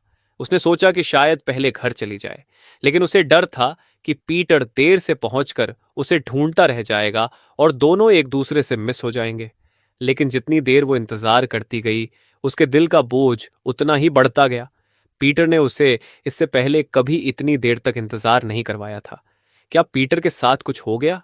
ये ख्याल उसके दिल को बेल की तरह जकड़ने लगा। अब और इंतजार करना उसके लिए मुश्किल हो गया, इसलिए वो घर की तरफ मुड़कर चलने लगी ताकि जाकर देख सके। लेकिन तभी सड़क के आखिरी हिस्से से एक काली परछाई अचानक बहुत तेज स्पीड से उसकी तरफ आती दिखाई दी। मैंने इंस्टिंक्टिवली अपने बैग को कसकर पकड़ लिया। दूर से तुम्हें आंट में स्ट्रीट लैंप के नीचे उसकी हल्की रोशनी में खड़ी दिखाई दी। अगले ही पल उसके चेहरे पर हैरानी की जगह राहत आ गई। उसके दिल पर पड़ा पूरा बोझ अचानक जैसे हट गया। उसके सफेद पड़ते बाल चेहरे के आसपास बिखरे हुए थे और वो तेजी से तुम्हारी तरफ चलने लगी। उसके झुर्रियों वाले हाथ ने तुम्हारा हाथ कसकर पकड़ लिया। इस परिवार को संभालने और दो बच्चों को पालने के लिए मैं और बेन ने अनगिनत मुश्किलें झेली थीं। आंट में ने ज्यादा पढ़ाई नहीं की थी। सालों तक उसे बर्तन धोने जैसे थका देने वाले और गंदे काम ही करने पड़े। कमाई बहुत कम थी, फिर भी उसने कभी शिकायत नहीं की। तुम यहां क्यों आए? उसने पूछा। तुमने अपने मन में चुपचाप जवाब दिया, और क्यों आता? मुझे तुम्हारी चिंता हो रही थी। लगभग हर यूनिवर्स में स्पाइडरमैन की कहानी में कुछ खास घटनाएं ऐसी होती हैं जिनसे बचना बेहद मुश्किल होता है। एक ट्रेजेडी को रोक भी दिया जाए तो अक्सर उसके बाद एक के बाद एक नई मुसीबतें सामने आने लगती हैं। तुमने अंकल बेन की मौत रोकने के लिए अपनी पूरी कोशिश की थी, फिर भी तुम्हें लगातार डर लगा रहता था कि कहीं फेट उस डिजास्टर को आंट मे की तरफ न मोड़ दे। स्कूल के बाद तुमने पीटर को बार बार याद दिलाया था कि आंट मे को लेने जरूर जाना, फिर भी तुम्हारे दिल की बेचैनी खत्म नहीं हुई। अब रियलिटी ने तुम्हारे डर को सच साबित कर दिया था। पीटर आखिरकार भूल ही गया। तुम्हारे अंदर गुस्से की हल्की सी लहर उठी, लेकिन तुम आंट मे को परेशान नहीं करना चाहते थे, इसलिए तुमने आराम से एक बहाना बना दिया। पीटर डॉक्टर कॉनर्स से मिलने ऑस्कॉप चला गया था। वो वहां से निकल नहीं पाया, इसलिए उसने मुझे आपको लेने के लिए भेजा है। डॉक्टर कॉनर्स का नाम सुनते ही आंट में का दिल पैट सा गया। वो जानती थी कि कॉनर्स का पीटर के पेरेंट्स से गहरा कनेक्शन था। उसे यह भी समझ आ गया कि पीटर अपने पेरेंट्स के अतीत की जांच करने वहां गया था। जब से पीटर को स्टोरेज में उसके पेरेंट्स का छोड़ा हुआ ब्रीफकेस मिला था, तब से वो इस मामले को लेकर पूरी तरह ऑब्सेस्ड हो गया था। इस ऑब्सेशन से आंट मे को बहुत दुख होता था, क्योंकि उसने पीटर को अपने हाथों से पाला था। वो काफी समय से तुम्हें और पीटर को अपने ही बच्चों की तरह मानती थी। पिछले कुछ दिनों से पीटर का ऐसा व्यवहार उसे लगातार चिंता में डाल रहा था। कई साल पहले पीटर के पेरेंट्स अपने छोटे बेटे को पीछे छोड़कर जल्दी में कहीं चले गए थे। उसके बाद उनका कभी कोई पता नहीं चला। आंट मे और बेन ने उनके बारे में सच्चाई जानने की बहुत कोशिश की, लेकिन उन्हें कोई क्लू नहीं मिला। उन दोनों को बस यही शक था कि पीटर के पेरेंट्स किसी बेहद खतरनाक चीज में फंस गए थे, लेकिन वो उनकी मदद करने में पूरी तरह बेबस थे। आंट मे को डर था कि पीटर भी बिना सोचे समझे किसी खतरे में कूद जाएगा, और जब ऐसा होगा तब वो कुछ भी नहीं कर पाएंगे। चिंता मत करो मैं, तुमने उसके कंधे पर हाथ रखा और धीरे से उसे समझाया। पीटर ने अभी अभी अपने पेरेंट्स की सच्चाई ढूंढना शुरू किया है। बस वो इस मामले में थोड़ा ज्यादा ही डूब गया है। आंट मे की आंखें लाल हो गईं। उसका खुरदुरा हाथ तुम्हारा हाथ कसकर पकड़े हुए था। जैसे जरा सी पकड़ ढीली होते ही तुम दोनों बच्चे उससे बहुत दूर भाग जाओगे और उसकी जिंदगी से हमेशा के लिए गायब हो जाओगे। उसके दिल में काफी समय से एक सवाल दबा हुआ था, क्या तुम भी पीटर की तरह अपने असली पेरेंट्स को ढूंढना चाहते हो? लेकिन उसने कभी पूछने की हिम्मत नहीं की। किसी बच्चे का अपने जन्म देने वाले पेरेंट्स के पास वापस जाना चाहना बिल्कुल स्वाभाविक था। उसे तुम्हें रोकने का कोई हक नहीं था। लेकिन यह सोच कि कहीं वो तुम्हें या पीटर को खो ना दे, उसके लिए सहना बहुत मुश्किल था। तुमने उसका हाथ थोड़ा और कसकर दबाया और उस भारी खामोशी को तोड़ दिया। चलो आंट में घर चलते हैं, मुझे बहुत भूख लगी है। शहर पर रात उतर चुकी थी। तुम दोनों साथ साथ घर की तरफ चलने लगे। अंकल बेन पहले से ही घर के बाहर बेचैनी से इंतजार कर रहे थे। जैसे ही उन्होंने तुम्हें वापस आते देखा, वो जल्दी से तुम्हारी तरफ बढ़े। उनके चेहरे पर हैरानी साफ दिखाई दे रही थी। उन्हें बिल्कुल उम्मीद नहीं थी कि पीटर की जगह तुम मे को लेने आओगे। तुम यहां क्यों आए? पीटर कहाँ है? तुम्हारे पास आंट मे को दिया हुआ वही बहाना एक बार फिर दोहराने के अलावा कोई रास्ता नहीं था। लेकिन अंकल बेन को बेवकूफ बनाना इतना आसान नहीं था। उन्होंने तुम्हें एक उलझी हुई नजर से देखा और तुरंत समझ गए कि तुमने ये झूठ अच्छे इरादे से बोला था। उन्होंने न तो तुम्हें बेनकाब किया और न ही डांटा। इसके बजाय उनके दिल में थोड़ी राहत आई। झूठ बोलना गलत हो सकता था, लेकिन वो समझते थे कि तुम इस परिवार को बचाने की कोशिश कर रहे हो। घर के दोनों लड़के अचानक जरूरत से ज्यादा समझदार और गंभीर हो गए थे, और तुम तो पीटर से भी ज्यादा मेच्योर थे। बेन हमेशा से मानते आए थे कि तुम इस परिवार को फेट का दिया हुआ एक तोहफा हो। थैंक यू सन। कोई बात नहीं, मुझे यही करना चाहिए था। तुम मुस्कुराए। अब से ऐसे काम मुझे ही करने दो। मैं रोज फ्री रहता हूं। आज सुबह जिस तरह तुम भागते हुए निकले थे, उसे देखकर तो मैं ये मानना चाहूंगा। अंकल बेन की आंखें लाल हो गईं और वो हंस पड़े। उनका बड़ा सा हाथ तुम्हारे कंधे पर आकर टिक गया। ठीक है, पहले मेरे को अंदर ले जाओ। मैं यहीं पीटर का इंतजार करूंगा। इतनी रात हो गई है, आप अंदर इंतजार क्यों नहीं कर लेते? तुमने हाथ बढ़ाकर उन्हें अंदर खींचने की कोशिश की, लेकिन अंकल बेन ने हाथ उठाकर तुम्हें रोक दिया। उनकी आवाज शांत थी, लेकिन आंखों में पूरा फैसला साफ दिखाई दे रहा था। नहीं, मैं यहीं इंतजार करूंगा। तुम्हारी मौजूदा स्ट्रेंथ के सामने तुम अंकल बेन को सिर्फ एक उंगली से भी अंदर खींच सकते थे। फिर भी जैसे ही तुम्हारा हाथ उनकी बाह को छूता है, ऐसा महसूस होता है जैसे किसी बहुत बड़े पहाड़ को हिलाने की कोशिश कर रहे हो। तुम जानते थे कि अंकल बेन किसका इंतजार कर रहे हैं, पीटर के साथ एक गंभीर बातचीत का। और तुम ये भी उससे बेहतर जानते थे कि अभी अभी पावर्स पाने वाला और अपने पेरेंट्स के बारे में सोच सोच कर परेशान पीटर आसानी से अपना टेम्पर खो सकता था और उन लोगों को ही चोट पहुंचा सकता था जिन्होंने उसे पाला था। ओरिजिनल टाइम लाइन में यही बहस पीटर को गुस्से में घर से बाहर निकलने पर मजबूर करती थी।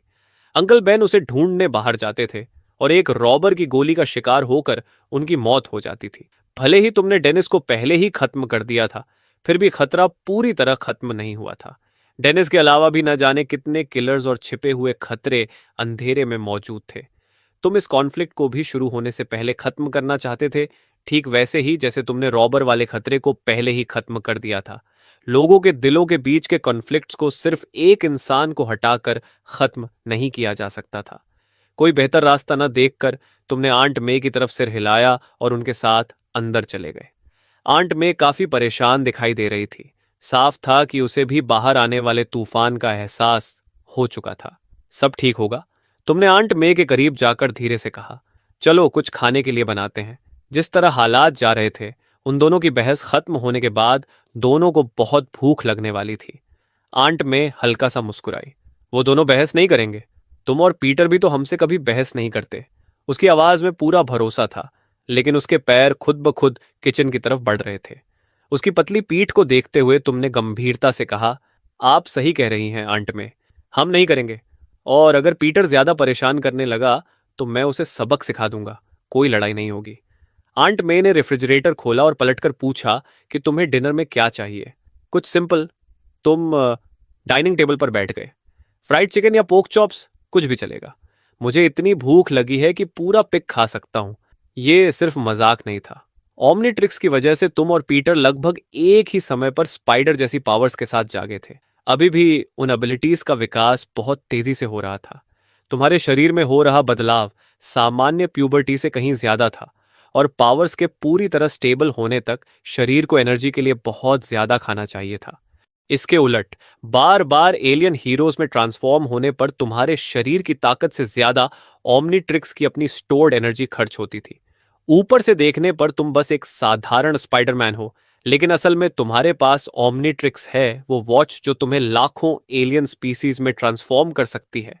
तभी दरवाजे के बाहर हलचल हुई।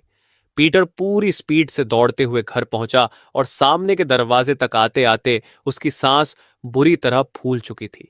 इससे पहले ओस्कोप में उसने अपने पेरेंट्स द्वारा छोड़े गए फॉर्मूला का इस्तेमाल करके कॉर्नर्स की उस जेनेटिक इक्वेशन को सॉल्व करने में मदद की थी, जो सालों से उसके लिए एक प्रॉब्लम बनी हुई थी। उसने लेबोरेटरी माउस का कटा हुआ अंग सफलतापूर्वक दोबारा उगा दिया था। अगर यह टेक्नोलॉजी इंसानों पर इस्तेमाल की जा सकती तो बीमारी और डिसेबिलिटी से जूझ रहे अनगिनत लोगों की जिंदगी बचाई जा सकती थी। लेकिन जब पीटर बिल्डिंग से बाहर निकला और देखा कि रात हो चुकी थी, तो उसके अंदर तुरंत घबराहट भर गई। उसे अचानक याद आया कि तुम उसे बार बार याद दिला रहे थे कि उसे आंट मे को लेने जाना है, लेकिन एक्सपेरिमेंट में पूरी तरह डूबे होने की वजह से उसे समय का बिल्कुल ध्यान नहीं रहा। वो आंट मे के वर्क प्लेस तक भागकर पहुंचा, लेकिन वहां पहले ही सब खाली हो चुका था। जब उसे पता चला कि तुम आंट मे को घर ले आए हो, तो वो बिना रुके सीधे घर की तरफ दौड़ पड़ा। दूर से उसे अंकल बेन दरवाजे पर खड़े दिखाई दिए। पीटर का दिल जोर जोर से धड़कने लगा। डांट पड़ना उसकी सबसे बड़ी चिंता नहीं थी। उसे सबसे ज्यादा डर इस बात का था कि उसकी लापरवाही की वजह से आंट मे को न्यूयॉर्क की रात में सड़कों पर किसी खतरे का सामना करना पड़ा होगा। अंकल बेन, आंट मे कहाँ है? सांस भी ठीक से नहीं पकड़ पाया था कि पीटर ने घबरा कर चिल्लाते हुए पूछा। इतनी तेज दौड़ने से उसकी ज्यादातर ताकत खत्म हो चुकी थी, यहां तक कि उसकी स्पाइडर पावर्स के बावजूद। वो आगे झुक गया और दोनों हाथ अपने घुटनों पर टिकाकर खड़ा हो गया। उसका गला सूखा और जल रहा था, लेकिन उसकी आंखों में डर साफ दिखाई दे रहा था। पीटर को इस हालत में देखकर अंकल बेन ने वो सारी कड़ी बातें निगल लीं जो वो उसे सुनाने वाले थे।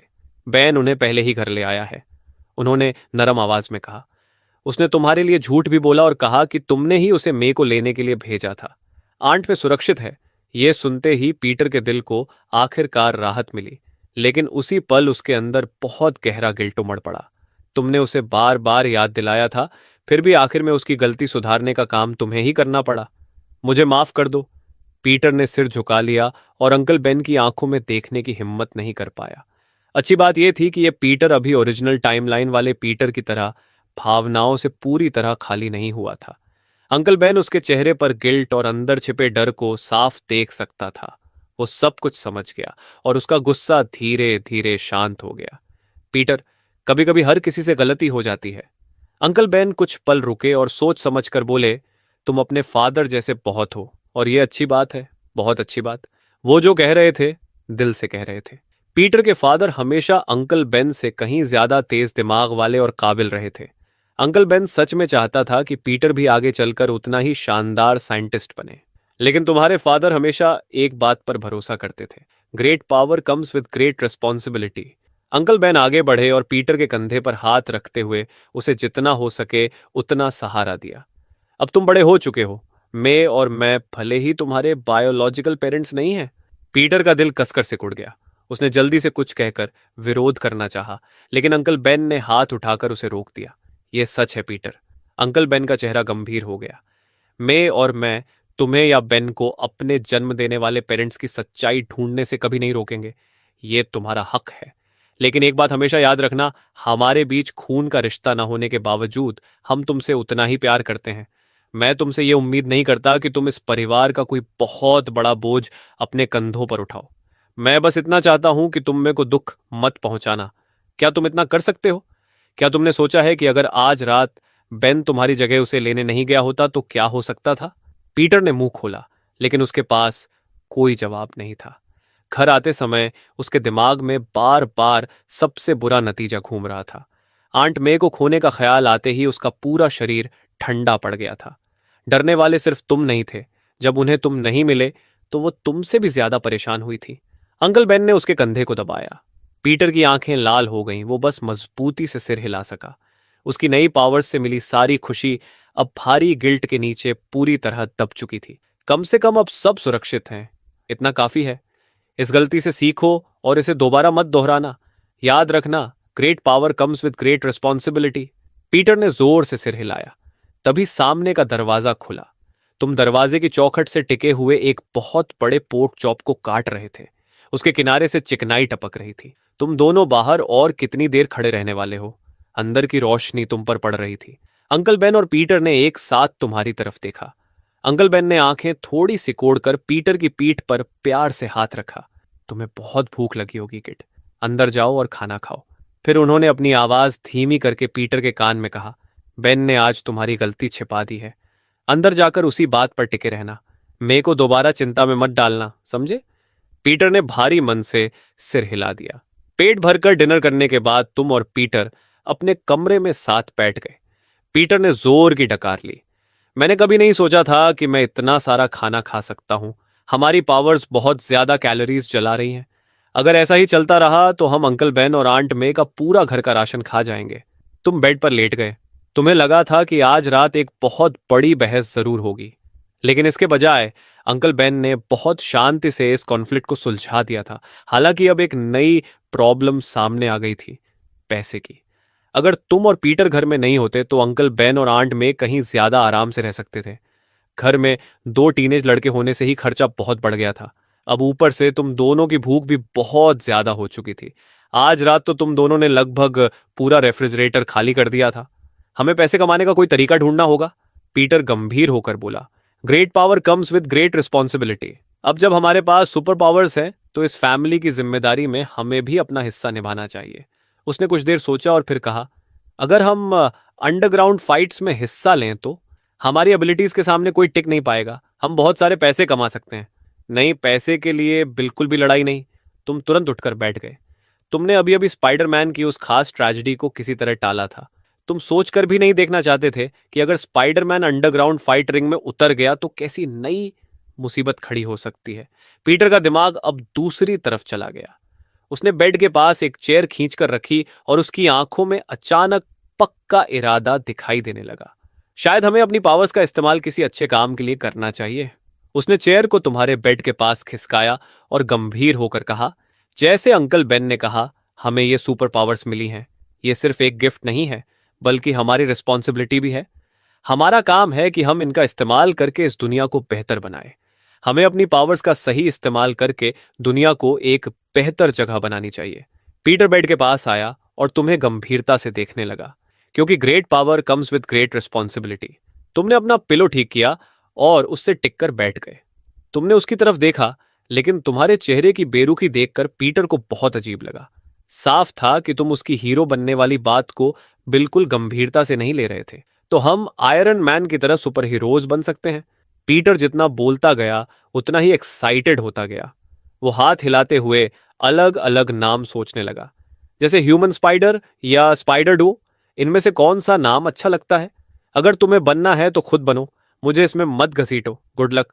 तुम बस करवट लेकर उसकी तरफ पीठ करके लेट गए। तुम्हारा इरादा उसे रोकने का नहीं था। पीटर को अपनी जिंदगी का फैसला खुद करने का हक था और तुम उसका मजाक भी नहीं उड़ाना चाहते थे। जो भी इंसान जस्टिस के पीछे जाना चाहता है उसका मजाक नहीं उड़ाना चाहिए। बस तुम्हारे अंदर उस तरह का हीरो बनने का जुनून नहीं था। Good luck. तुम सच में मेरे साथ नहीं आओगे?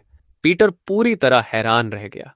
उसे समझ ही नहीं आ रहा था कि किसी को सुपर हीरो बनने में बिल्कुल इंटरेस्ट कैसे नहीं हो सकता। बिल्कुल नहीं। तुम्हारा टोन बिल्कुल सपाट था। हीरो बनकर मुझे क्या मिलेगा? कुछ भी नहीं, सिर्फ एंडलेस ट्रबल। लेकिन हीरो बनना तो ऑनसम है। आयरन मैन को देखो, पूरी दुनिया के लोग उसे एडमायर करते हैं और उसके लिए क्रेजी हैं। पीटर की आंखें चमकने लगीं। जब हम हीरोज बनेंगे तो बहुत सारे लोग हमें भी पसंद करेंगे और हमारे लिए चीयर करेंगे। उसके अंदर एक मजबूत डिटर्मिनेशन जल रही थी। एक बार सूट पहन लेने के बाद वो अनदेखा और मामूली पीटर पार्कर नहीं रहेगा, बल्कि ऐसा इंसान बन जाएगा जिस पर पूरी दुनिया की नजर होगी। बस करो। आखिर में तुम खुद को उसे हकीकत दिखाने से रोक नहीं पाए। मान लो वो दिन आ भी गया तो लोग जिस इंसान से प्यार करेंगे वो स्पाइडर मैन होगा, पीटर पार्कर नहीं। तुम पीटर को इस रास्ते पर जाने से रोक नहीं रहे थे। तुम्हें बस डर था कि अगर वो इसी सोच के साथ शुरुआत करेगा तो एक दिन रियलिटी उसे बहुत बुरी तरह चोट पहुंचाएगी। लेकिन स्पाइडरमैन तो पीटर पार्कर ही था। पीटर तुम्हारी बात पूरी तरह समझ नहीं पाया। इसके बजाय उसे अचानक स्पाइडरमैन नाम याद आ गया और उसने कैजुअली वही नाम बोल दिया। उन शब्दों ने तुम्हें तुरंत सीधा बैठने पर मजबूर कर दिया। तुम्हारा चेहरा एकदम ठंडा हो गया। नहीं, स्पाइडरमैन किसी भी हालत में पीटर पार्कर नहीं हो सकता। तुम्हारी नजर का दबाव इतना ज्यादा था कि पीटर ने इंस्टिंक्टिवली अपनी सांस रोक ली, बिल्कुल ऐसे जैसे कोई छोटा शिकार किसी खतरनाक प्रेडेटर को सामने देखकर जम जाए। तुम सोचते हो कि तुम टोनी स्टार्क की तरह सैकड़ों रिपोर्टर्स के सामने खड़े होकर कह सकते हो, आई एम आयरन मैन। तुम स्टार्क के उसी दिखावे भरे अंदाज में उसकी नकल करते हुए कहते हो। क्यों नहीं? टोनी स्टार्क अपनी पहचान इसलिए सबके सामने बता सकता है क्योंकि पूरा स्टार्क परिवार उसके पीछे खड़ा है और उसके परिवार को कोई भी इतनी आसानी से नुकसान नहीं पहुंचा सकता, चाहे टोनी के पास आर्मर भी ना हो। लेकिन तुम्हारे पास क्या है? इतना कहते ही तुम खड़े होते हो और पीटर को बेड के पास से उठाकर अपने सामने ले आते हो। फिर तुम्हारी आवाज पत्थर की तरह भारी हो जाती है। क्या तुमने इस बारे में सोचा है? जिस पल तुम अपना मास्क उतारकर अपनी असली पहचान बता दोगे, उसी पल अंकल बेन और आंट मे क्रिमिनल्स के निशाने पर आ जाएंगे। जो लोग तुम्हें हरा नहीं पाएंगे वो अपना सारा गुस्सा उन लोगों पर निकालेंगे जिन्हें तुम सबसे ज्यादा प्यार करते हो। वो अंकल बेन और आंट मे को निशाना बनाएंगे। ये सुनते ही पीटर का चेहरा पीला पड़ जाता है और उसकी आवाज तक कांपने लगती है। उसे देखकर तुम्हारा लहजा थोड़ा नरम हो जाता है। कम से कम तुम पूरी तरह बेवकूफ तो नहीं हो। तुम जानते थे कि पीटर बस अपनी कल्पनाओं में बह गया था, लेकिन कुछ चीजों की कीमत उसे शुरुआत से ही समझनी जरूरी थी। पीटर मजबूती से सिर हिला देता है। वो तुम्हारी बात समझ गया था, लेकिन उसके दिल में हीरो बनने की जो आग जल रही थी वो अभी भी बुझी नहीं थी। स्पाइडरमैन का पब्लिकली पीटर पार्कर होना जरूरी नहीं था, क्योंकि वो अपनी पहचान छिपाकर भी लोगों की मदद कर सकता था। और जब तक वो सच में सही काम कर रहा है तब तक उसे हर किसी से अपने सामने तारीफ सुनने की जरूरत भी नहीं थी। लेकिन पीटर पार्कर का स्पाइडरमैन बनना शायद तय था। तुमने उसे और समझाने की कोशिश नहीं की, क्योंकि कुछ बातें ऐसी होती हैं जिन्हें इंसान सिर्फ खुद अनुभव करने के बाद ही पूरी तरह समझ पाता है। इसके अलावा तुम ये भी जानते थे कि पीटर को इस पहचान की जरूरत है। अभी तक वो एक छोटा और बिल्कुल साधारण लड़का था, यहां तक कि जिस लड़की को वो पसंद करता था वो भी उस पर मुश्किल से ध्यान देती थी। अब पहली बार उसके हाथ में ऐसी पावर्स आई थीं जो उसकी पूरी जिंदगी बदल सकती थीं। इसलिए तुम्हें उससे ये मौका छीनने का कोई हक नहीं था। अगर तुम सच में बाहर जाकर क्राइम से लड़ने वाले हो तो कम से कम तुम्हारे पास एक ढंग का सूट होना चाहिए। इतना कहकर तुम पीटर को पकड़कर डेस्क के सामने ले जाते हो और फिर डिजाइन स्केचेस का एक मोटा ढेर खोल देते हो। पीटर की नजर जैसे ही उन स्केचेस पर पड़ती है वो वहीं जम जाता है। रुको, तुमने तो कहा था कि तुम सुपर हीरो नहीं बनना चाहते। मैं नहीं बनना चाहता, तुम बिल्कुल सीधे जवाब देते हो। तो फिर तुमने चुपके से पूरा सुपर हीरो सूट डिजाइन क्यों किया है और ऊपर से स्पाइडरमैन नाम भी सोच लिया? पीटर तुम्हें शक भरी नजर से देखने लगता है, क्योंकि तुम सामने से ऐसे दिखा रहे थे जैसे सुपर हीरो बनने का सपना तुम्हारे लिए बिल्कुल बेकार हो, लेकिन चुपचाप पूरा सूट डिजाइन भी तैयार कर रखा था। तुमने कहा नहीं था कि तुम स्पाइडरमैन नहीं बनोगे? नहीं बनूंगा। मुझे बस डर था कि तुम कोई बदसूरत सूट डिजाइन करोगे और मुझे लोगों के सामने शर्मिंदा होना पड़ेगा। तुम जिद के साथ इससे ज्यादा कुछ मानने को तैयार नहीं होते। पीटर भी तुम्हारी पोल नहीं खोलता और इसके बजाय एक्साइटमेंट के साथ एक एक डिजाइन पलटने लगता है। क्लासिक रेड और ब्लू सूट से लेकर मैकेनिकल और साइबर पंक स्टाइल वाले सूट्स तक हर तरह का डिजाइन वहां मौजूद था, और पीटर की आंखें उन्हें देखते देखते थकने का नाम नहीं ले रही थीं। आखिर में उसने क्लासिक रेड और ब्लू वाला डिजाइन चुन लिया, जबकि बाकी ज्यादा शानदार आर्मर्ड वर्जन्स फिलहाल तुम्हारी टेक्निकल एबिलिटी से बाहर थे, इसलिए उन्हें फ्यूचर के लिए सिर्फ आइडियाज के तौर पर रखा जा सकता था। फिर पीटर वेबिंग के डिजाइन को देखते हुए सोच में पड़ जाता है। कॉन्सेप्ट तो अच्छा है, लेकिन इसे मौजूदा मटेरियल्स से नहीं बनाया जा सकता। वो भौहें सिकोड़ कर सोचता है। ऑस्कॉर्प के पास भी अभी इसकी जरूरी टेक्नोलॉजी नहीं है। हमें बिल्कुल शुरुआत से कोई नया हाई स्ट्रेंथ मटेरियल बनाना पड़ेगा, और ये आसान नहीं होगा। फिर अचानक उसकी आंखें चमक उठती हैं।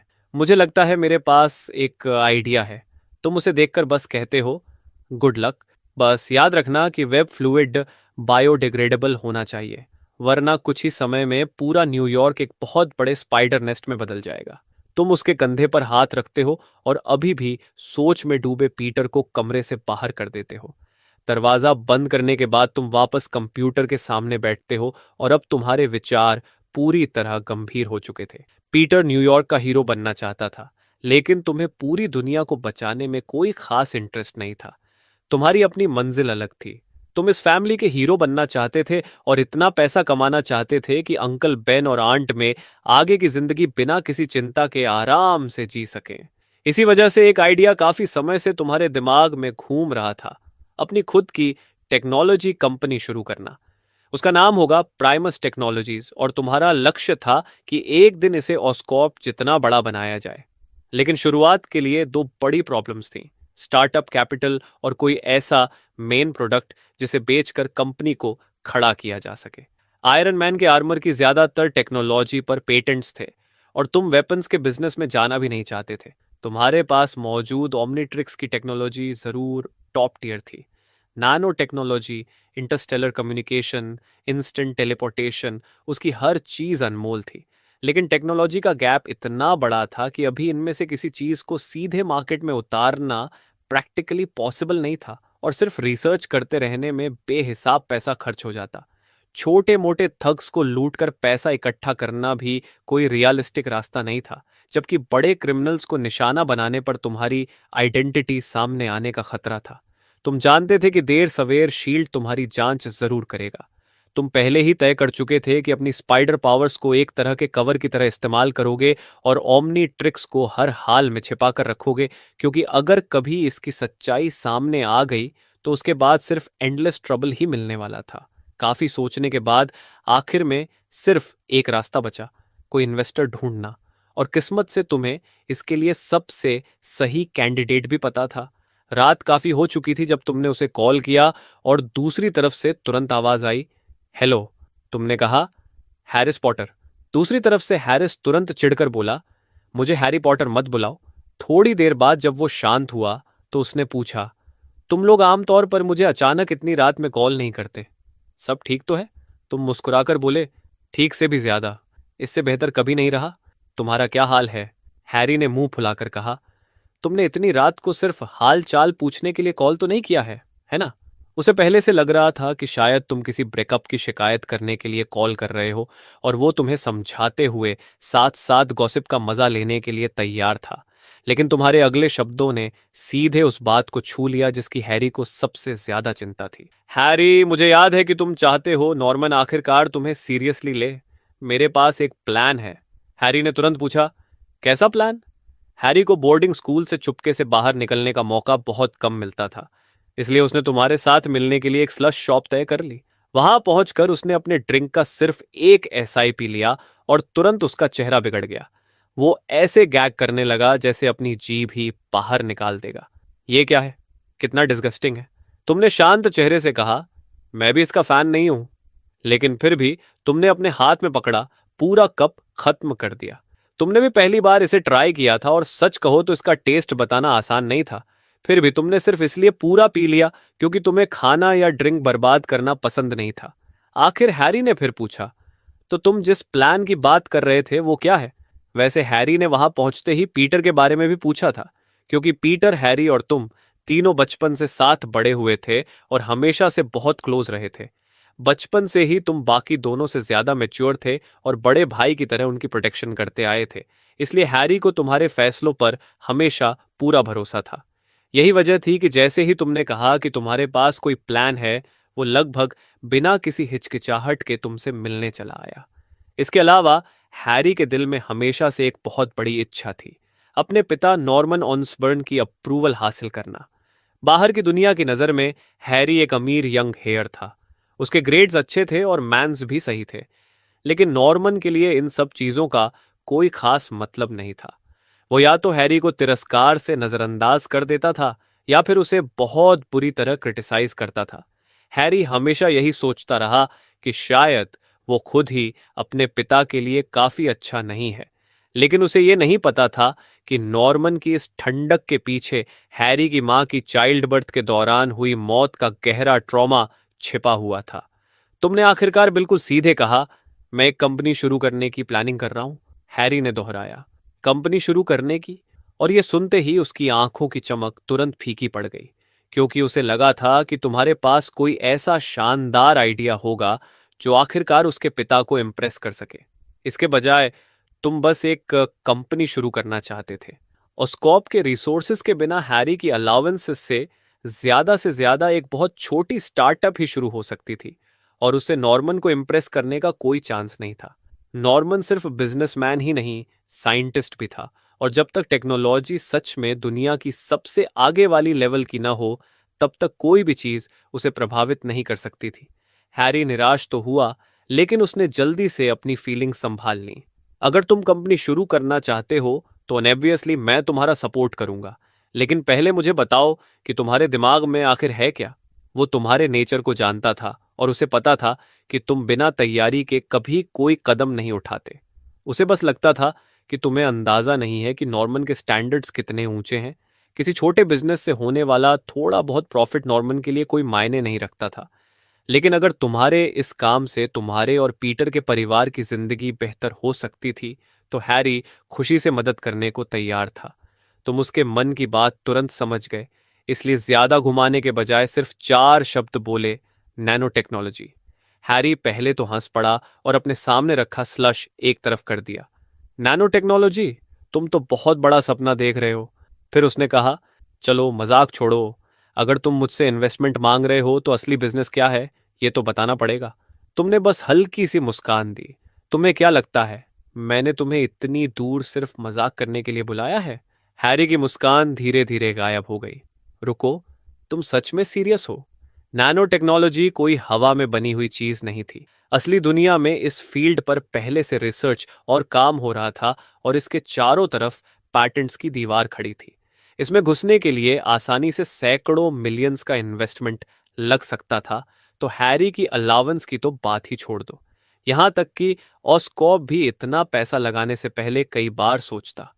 बकवास मत करो बेन, नैनो टेक्नोलॉजी में उतरने से पहले तो ऑस्कॉप भी 10 बार सोचेगा। मेरी अलाउंस इतनी बड़ी नहीं है कि तुम उसे इस तरह उड़ा सको। हैरी ने सिर हिलाया। उसे पूरा यकीन था कि तुम बहुत बड़ा सपना देख रहे थे, लेकिन तुम्हारे चेहरे पर दिख रहा पूरा कॉन्फिडेंस देखकर उसे तुम कुछ अजीब तरह से अलग भी लगने लगे। क्या तुम सच में वही शांत और भरोसेमंद बड़े भाई जैसे दोस्त थे जिसे वो बचपन से जानता आया था? फिर भी पुरानी दोस्ती की वजह से वो तुम्हें छोड़कर वहां से उठकर नहीं चला गया। ऊपर से देखने पर तुम बस एक साधारण स्पाइडर मैन हो, लेकिन असल में तुम्हारे पास ओमनी ट्रिक्स है, वो वॉच जो तुम्हें लाखों एलियन स्पीसीज में ट्रांसफॉर्म कर सकती है। तुमने और कुछ नहीं कहा, बस अपने बैकपैक से एक डॉक्यूमेंट निकाला और उसके हाथ में दे दिया। तुम शायद सोच रहे हो कि मैं बेकार की बातें कर रहा हूं, लेकिन मैंने इस पर पहले से कुछ काम कर लिया है। ये मटेरियल तुमने ग्रे मैटर में ट्रांसफॉर्म होने के दौरान तैयार किया था। एक गैल्विन के जन्म से मिले फिजिक्स के नॉलेज का लेवल अर्थ की मौजूदा अंडरस्टैंडिंग से बहुत आगे था। उसकी बेसिक थ्योरीज तक अर्थ जैसे टेक्नोलॉजिकली पीछे ग्रह पर बहुत बड़ा टहलका मचा सकती थी। तुम्हारे हाथ में जो डॉक्यूमेंट था, उसमें एक ऐसी नैनोटेक आर्मर का कंसेप्चुअल डिजाइन था जो शायद अगले 10 साल या उससे भी ज्यादा समय तक अर्थ पर बन ही नहीं सकती थी। फिलहाल वो सिर्फ थ्योरी थी, क्योंकि अर्थ के मटेरियल्स और मैन्युफैक्चरिंग कैपेबिलिटीज अब भी उसे असल में बनाने के लायक नहीं थे। फिर भी तुम्हें पूरा भरोसा था कि सिर्फ उसके अंदर की जानकारी ही हैरी को यकीन दिलाने के लिए काफी होगी। हैरी ने उलझन में डॉक्यूमेंट लिया और पढ़ना शुरू कर दिया। जैसे जैसे वो पढ़ता गया, उसकी भौहें और ज्यादा सिकुड़ती गईं। आखिर में उसने लंबी सांस ली, फाइल बंद की और तुम्हें एक अजीब सी उलझी हुई नजर से देखने लगा। उसका रिएक्शन देखकर तुम भी थोड़ा हैरान हुए। कोई प्रॉब्लम है? हैरी ने कहा। प्रॉब्लम? प्रॉब्लम्स तो हर जगह हैं, लेकिन सबसे बड़ी प्रॉब्लम यह है कि मुझे इसमें से कुछ भी समझ नहीं आ रहा। उसकी मौजूदा नॉलेज के हिसाब से ये मटेरियल पढ़ना ऐसा था जैसे किसी ऐसे बच्चे को एडवांस्ड फिजिक्स समझाने की कोशिश करना जिसने अभी अभी पढ़ना सीखा हो। उसे इसमें लिखी मुश्किल साइंस का कुछ समझ नहीं आया, और जो रिजल्ट्स बताए गए थे वो उसे किसी फैंटेसी से कम नहीं लग रहे थे।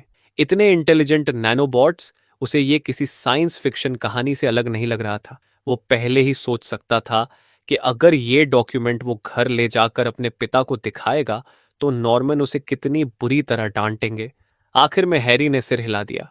ये बहुत ज्यादा अनरियलिस्टिक है बेन, मैं सच में तुम्हारा सपोर्ट करना चाहता हूं, लेकिन तुम किसी साइंस फिक्शन नॉवल से कोई चीज उठाकर ये उम्मीद नहीं कर सकते कि वो असली दुनिया में भी काम करेगी। तुम पहले तो हैरान हुए, लेकिन अगले ही पल तुमने माथे पर हाथ मारा, क्योंकि तुम्हें अचानक अपनी गलती समझ आ गई। एलियन में ट्रांसफॉर्म होने पर तुम सिर्फ अपना शरीर नहीं बदलते थे, तुम्हारे सोचने का तरीका भी बदल जाता था। ग्रे मैटर के लिए जो नॉलेज बिल्कुल साधारण थी, इंसानों के लिए वही चीज इतनी एडवांस्ड थी कि उसे समझना लगभग इम्पॉसिबल था। एक सामान्य गल्वेन भी यूनिवर्स के सबसे बड़े साइंटिस्ट्स में गिना जा सकता था। अर्थ पर शायद कुछ ही लोग ऐसे थे जो इस डॉक्यूमेंट को समझ पाते। तुम्हारी गलती ये थी कि तुमने हैरी के सामने ऐसी टेक्नोलॉजी रखती थी जो उसकी समझ से बहुत ज्यादा आगे थी, और अभी वहीं बैठकर कोई दूसरी टेक्नोलॉजी बनाना भी पॉसिबल नहीं था। तुम हैरी और स्लश शॉप में मौजूद बाकी लोगों के सामने अचानक ग्रे मैटर में ट्रांसफॉर्म तो नहीं हो सकते थे। टेरी, मुझे पता है कि यह बात मानना मुश्किल है, बल्कि शायद बेवकूफ़ी जैसी भी लगे, लेकिन मुझ पर भरोसा करो, मैं इसे असली बना सकता हूँ। मैं प्रॉमिस करता हूँ।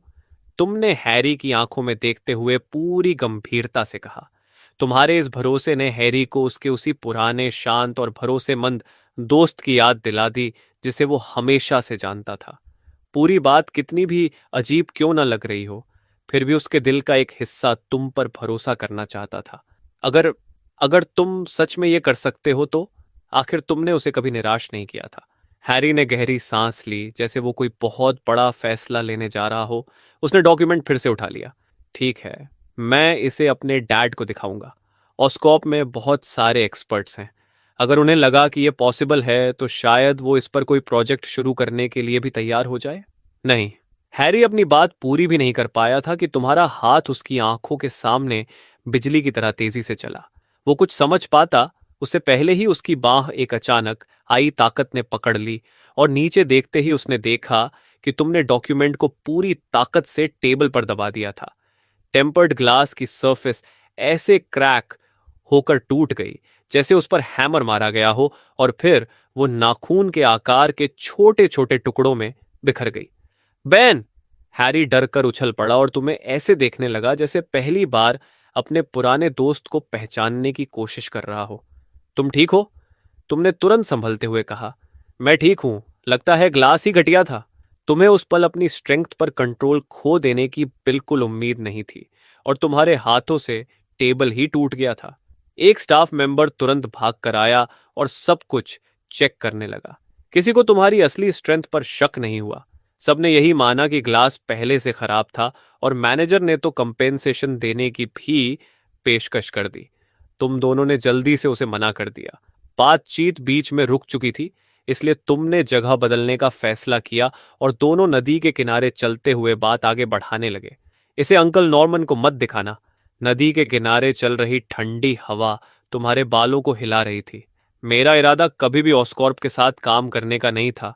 हैरी, मैं तुम्हारे साथ काम कर रहा हूं। तुम्हारा नॉर्मन ऑसबर्न के साथ अपनी टेक्नोलॉजी शेयर करने का कोई इरादा नहीं था, क्योंकि तुम्हें पता था कि एक दिन वही ग्रीन गोब्लिन बन सकता है। भले ही इस समय का नॉर्मन अब भी एक ठीक ठाक और सम्मान देने लायक बड़ा इंसान था, लेकिन ऑनस्कॉर्प कभी सिर्फ उसी के कंट्रोल में नहीं था। वहां का हर शेयर होल्डर किसी भूखे गिद्ध जैसा था। जिस दिन तुमने कोई असली रिजल्ट दिखाया, उसी दिन वो सब तुम्हारे ऊपर टूट पड़ेंगे और तुम्हारे काम को आखिरी हिस्से तक निचोड़ कर रख देंगे। सिर्फ तुम और मैं। तुमने हैरी की चेस्ट की तरफ उंगली करते हुए कहा। शायद आगे चलकर पीटर भी, लेकिन ऑसकॉर्प या कोई दूसरी कॉरपोरेशन कभी नहीं। सिर्फ हम। हैरी चलते चलते रुक गया और हैरानी से तुम्हें देखने लगा। ऑस्कॉर्प ऐसी कंपनी नहीं है जिसे मेरे डैड अकेले कंट्रोल करते हैं। मुझे अपनी कंपनी में बाहर वालों का दखल बिल्कुल नहीं चाहिए। तुम बात तो बहुत शांति से कहते हो, लेकिन तुम्हारे मन में फैसला पहले ही हो चुका था कि प्राइमस टेक्नोलॉजीज को एक दिन बहुत बड़ी कंपनी बनाना है, यहां तक कि उसे स्टार्क इंडस्ट्रीज से भी आगे ले जाना है। इसलिए शुरू से ही ओनरशिप और हिस्सेदारी को लेकर कोई प्रॉब्लम नहीं आने देना जरूरी था। समझ गया। हैरी ने सिर हिलाया। सच कहें तो अगर उन शेयर होल्डर्स को कभी मौका मिले तो वो ऑस्कॉप को भी टुकड़ों में बांट कर खा जाएंगे। लेकिन बेन, ऑस्कॉप के पैसे के बिना नैनो टेक्नोलॉजी डेवलप करना लगभग इम्पॉसिबल है। सिर्फ नैनो स्केल लेबोरेटोरी बनाने में ही बहुत बड़ा खर्च आएगा। हमें शुरुआत नैनो टेक्नोलॉजी से करने की जरूरत नहीं है। तुम्हारे पास पहले से ही प्लान था। हाईली इंटेलिजेंट नैनो बॉट्स अभी बहुत ज्यादा एडवांस्ड थे, लेकिन तुम्हारे पास काम करने लायक रिसर्च रेफरेंसेस मौजूद थे जो तुम्हें अनगिनत गलत रास्तों पर जाने से बचा सकते थे। ज्यादा सुरक्षित तरीका यह था कि शुरुआत आयरन मैन के आर्मर से निकली सिविलियन टेक्नोलॉजी से की जाए। मार्क 3 की टेक्नोलॉजी को पूरी तरह समझने में तुम्हें ज्यादा समय नहीं लगेगा और उसे थोड़ा इंप्रूव करने के बाद उन टेक्नोलॉजीज को तुरंत मार्केट में उतारा जा सकता था। इसके लिए कुछ टेंस ऑफ मिलियंस डॉलर्स काफी होने चाहिए थे।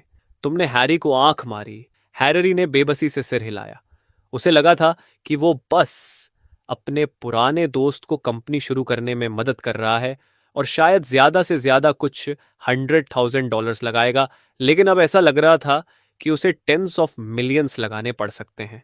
लगता है मुझे अपनी कुछ कार्स बेचनी पड़ेंगी, उसने कंधे उचकाते हुए कहा। इसके बाद हिस्सेदारी की बात उम्मीद से कहीं ज्यादा आसानी से तय हो गई। हैरी इसे सिर्फ बिजनेस इन्वेस्टमेंट की तरह नहीं देख रहा था, इसलिए उसने कंपनी में बहुत छोटी हिस्सेदारी ही ली। पैसा मेरे लिए इंपॉर्टेंट नहीं है। तुमने मुझसे मदद मांगी, इसलिए मैं मदद कर रहा हूं, बस इतनी सी बात है। हैरी ने तुम्हारे कंधे पर हाथ रखा और खुलकर मुस्कुराया। वैसे भी आखिर में ऑस्कॉर्प मेरी ही होगी। अगर तुम सच में ये कंपनी खड़ी कर देते हो और मेरे डैड को मेरे बारे में अलग तरह से सोचने पर मजबूर कर देते हो, तो मेरे लिए इससे बेहतर रिटर्न और क्या हो सकता है। चिंता मत करो, मैं तुम्हें निराश नहीं करूंगा।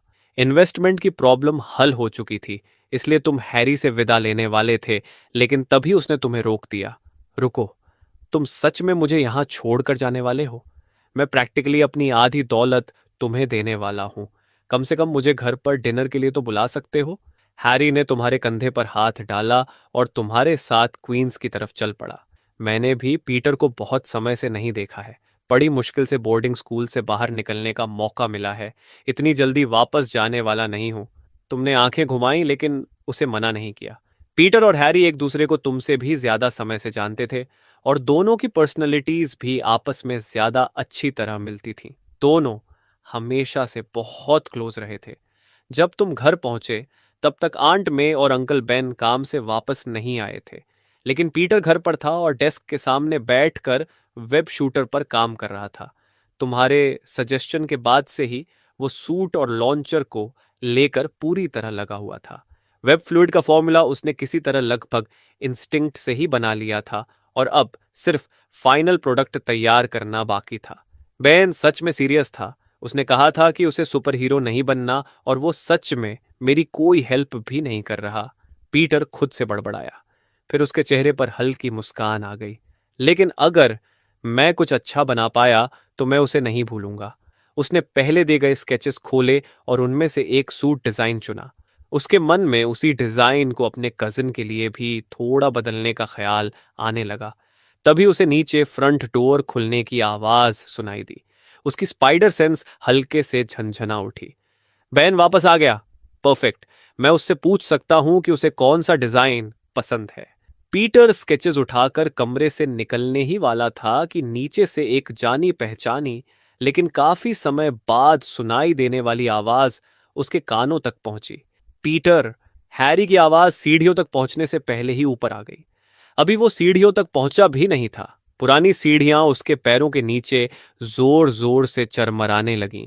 ये सीढ़ियां तो बहुत पुरानी हैं, उम्र के हिसाब से तुम्हें इन्हें अंकल स्टेयर्स कहना चाहिए। हैरी ने मजाक किया। रिलैक्स, इन्हें ऑस्टियोपोरोसिस नहीं है, ये टूटेंगी नहीं। तुमने आराम से जवाब दिया। हैरी पीटर के कमरे के दरवाजे तक पहुंचा और नॉक करने के लिए हाथ उठाया ही था कि दरवाजा अपने आप खुल गया। पीटर हाथ में स्पाइडरमैन सूट के डिजाइन से भरी स्केचबुक लिए बाहर आया और उसकी नजर हैरी से सीधे जा मिली। लॉन्ग टाइम नो सी पीटर। हैरी ने एक्साइटेड होकर उसका स्वागत किया, लेकिन उसकी नजर तुरंत पीटर के हाथ में मौजूद स्केचबुक पर चली गई। ये क्या है? आओ। कुछ नहीं। पीटर घबराकर उछल पड़ा और लगभग सीलिंग पर चढ़ने ही वाला था। उसने जल्दी से स्केचेस अपने पीछे फेंक दिए, दरवाजे के सामने टिककर हैरी की नजर रोक दी और तुरंत बात बदल दी। हैरी, तुम्हें बोर्डिंग स्कूल में नहीं होना चाहिए। बहुत समय हो गया। मैं तो तुम्हें पहचान भी नहीं पा रहा हूं। बेन ने मुझे कॉल किया था, इसलिए मैं बाहर आ गया। वो जगह तो प्रिजन जैसी है। हैरी ने ज्यादा सवाल नहीं किए और पीटर ने जिस तरफ बात मोड़ी उसी तरफ बातचीत आगे बढ़ा दी। पीटर अपने पुराने दोस्त को देखकर सच में खुश था, लेकिन उसके कमरे के अंदर ऐसे बहुत सारे सीक्रेट्स थे जिन्हें हैरी किसी भी हालत में नहीं देख सकता था, इसलिए वो उसे अंदर बुलाने की हिम्मत नहीं कर सकता था। उसने जल्दी से दरवाजा बंद किया और हैरी को तुम्हारे कमरे की तरफ खींचते हुए कहा, चलो कुछ गेम्स खेलते हैं। बेन ने कुछ दिन पहले एक नया गेम लिया था। नया गेम? ठीक है, इस समय तो मैं बैटल सिटी भी खुशी से खेल लूंगा। हैरी तुरंत तैयार हो गया। अब जाकर उसने पीटर को ध्यान से देखा और हर सेकंड उसके लिए और भी हैरानी वाला होता गया। पीटर, तुम तो बहुत ज्यादा लंबे और मजबूत हो गए हो और अब ग्लासेस भी नहीं पहनते। क्या तुमने लेजर आई सर्जरी करवाई है या कॉन्टैक्ट्स लगाने लगे हो? पीटर ने बात को टालते हुए कुछ अस्पष्ट सा जवाब दिया और तुम्हारे कमरे का दरवाजा खोल दिया। फिर उसने कंप्यूटर चालू कर दिया। अपने कजन की चीजें बिना परमिशन इस्तेमाल करने में उसे थोड़ा गिल्ट हो रहा था, लेकिन हैरी का ध्यान भटकाने के लिए उसके पास दूसरा कोई रास्ता भी नहीं था। थोड़ी देर बाद तुम 3 ग्लासेस में जूस लेकर ऊपर पहुंचे। दोनों को स्क्रीन के सामने झुककर पूरी तरह गेम में डूबा हुआ देखकर तुम्हें अचानक ऐसा महसूस हुआ जैसे तुम किसी फैमिली के पेरेंट हो। मैं भी खेलूं? तुमने पूछा। बेन, आकर खेलो। पीटर ने बिना नजर उठाए आवाज लगाई। तुम लोग खेलो, मुझे कुछ काम करना है। तुमने ड्रिंक्स रखे और कमरे से बाहर निकल गए। तुम सच में बिल्कुल खाली नहीं बैठ सकते थे। हैरी से इन्वेस्टमेंट मिल जाने के बाद भी बहुत सारी प्रॉब्लम्स बाकी थीं। हैरी के पैसे ऑफिस बिल्डिंग खरीदने के लिए काफी नहीं थे। सबसे पहले तुम्हें अपनी लैबोरेटरी बनाने का तरीका ढूंढना था। उसके बाद कोई प्रोडक्ट तैयार होगा तो उसे लोगों तक पहुंचाने के लिए डिस्ट्रीब्यूशन चैनल्स चाहिए होंगे और उससे पहले मार्केट में अपनी पहचान बनानी होगी। ग्रे मैटर के दिमाग में अनगिनत एडवांस्ड वेपन्स की नॉलेज मौजूद थी, लेकिन तुम्हारा वेपन्स बेचकर पैसा कमाने का कोई इरादा नहीं था।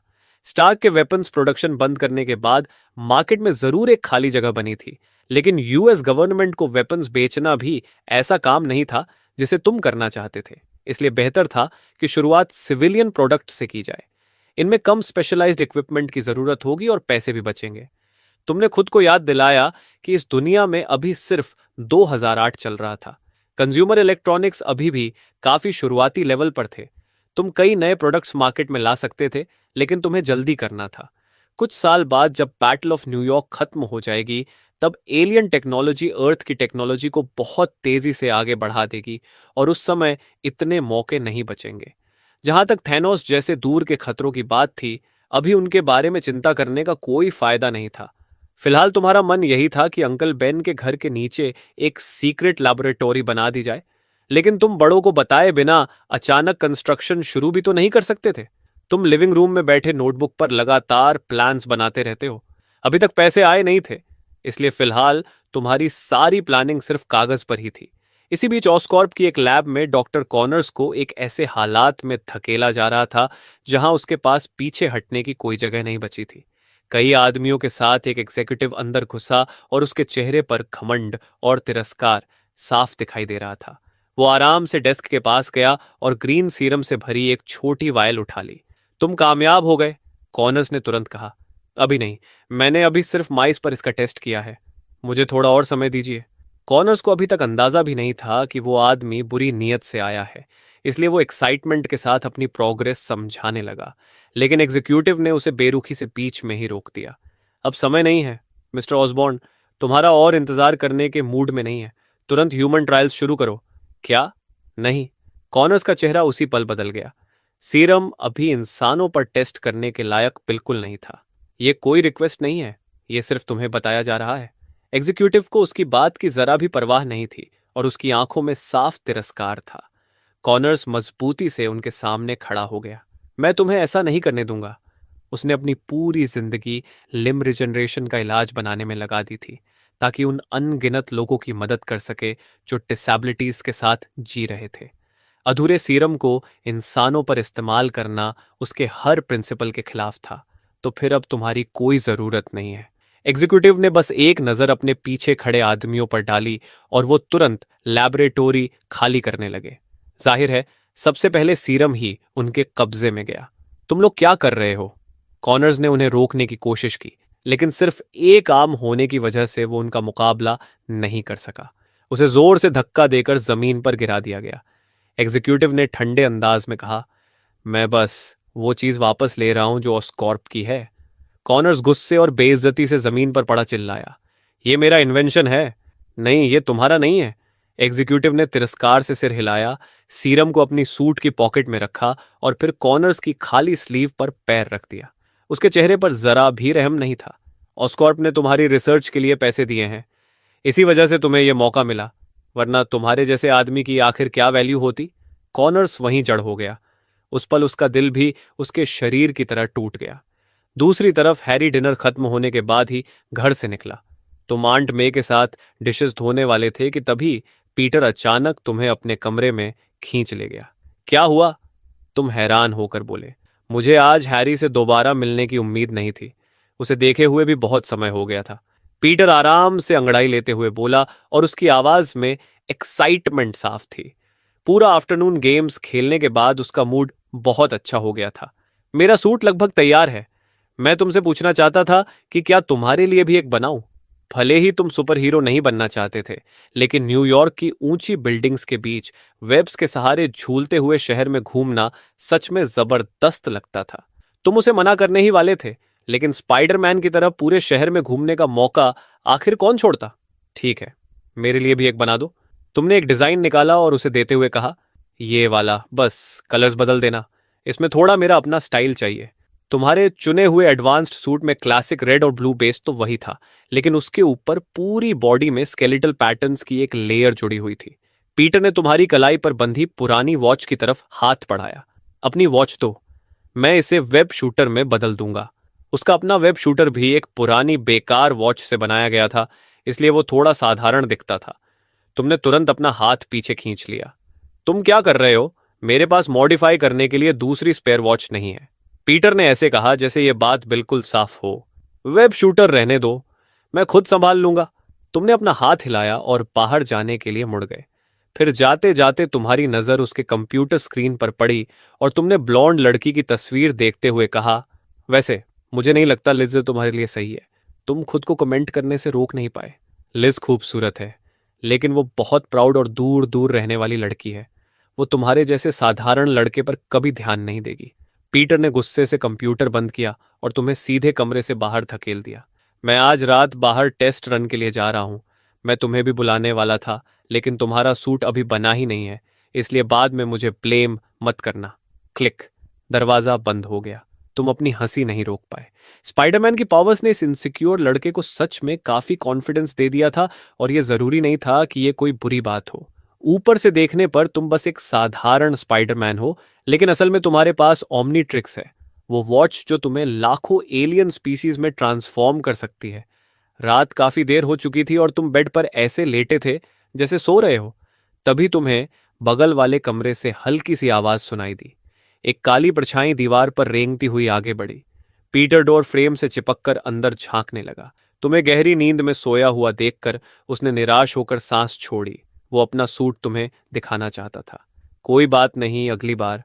आज उसकी स्पाइडरमैन के रूप में पहली रात थी और ये रात डेफिनेटली इंटरेस्टिंग होने वाली थी। पीटर ने खुद को हिम्मत देने के लिए मुट्ठी बांधी और फिर छलांग लगा दी।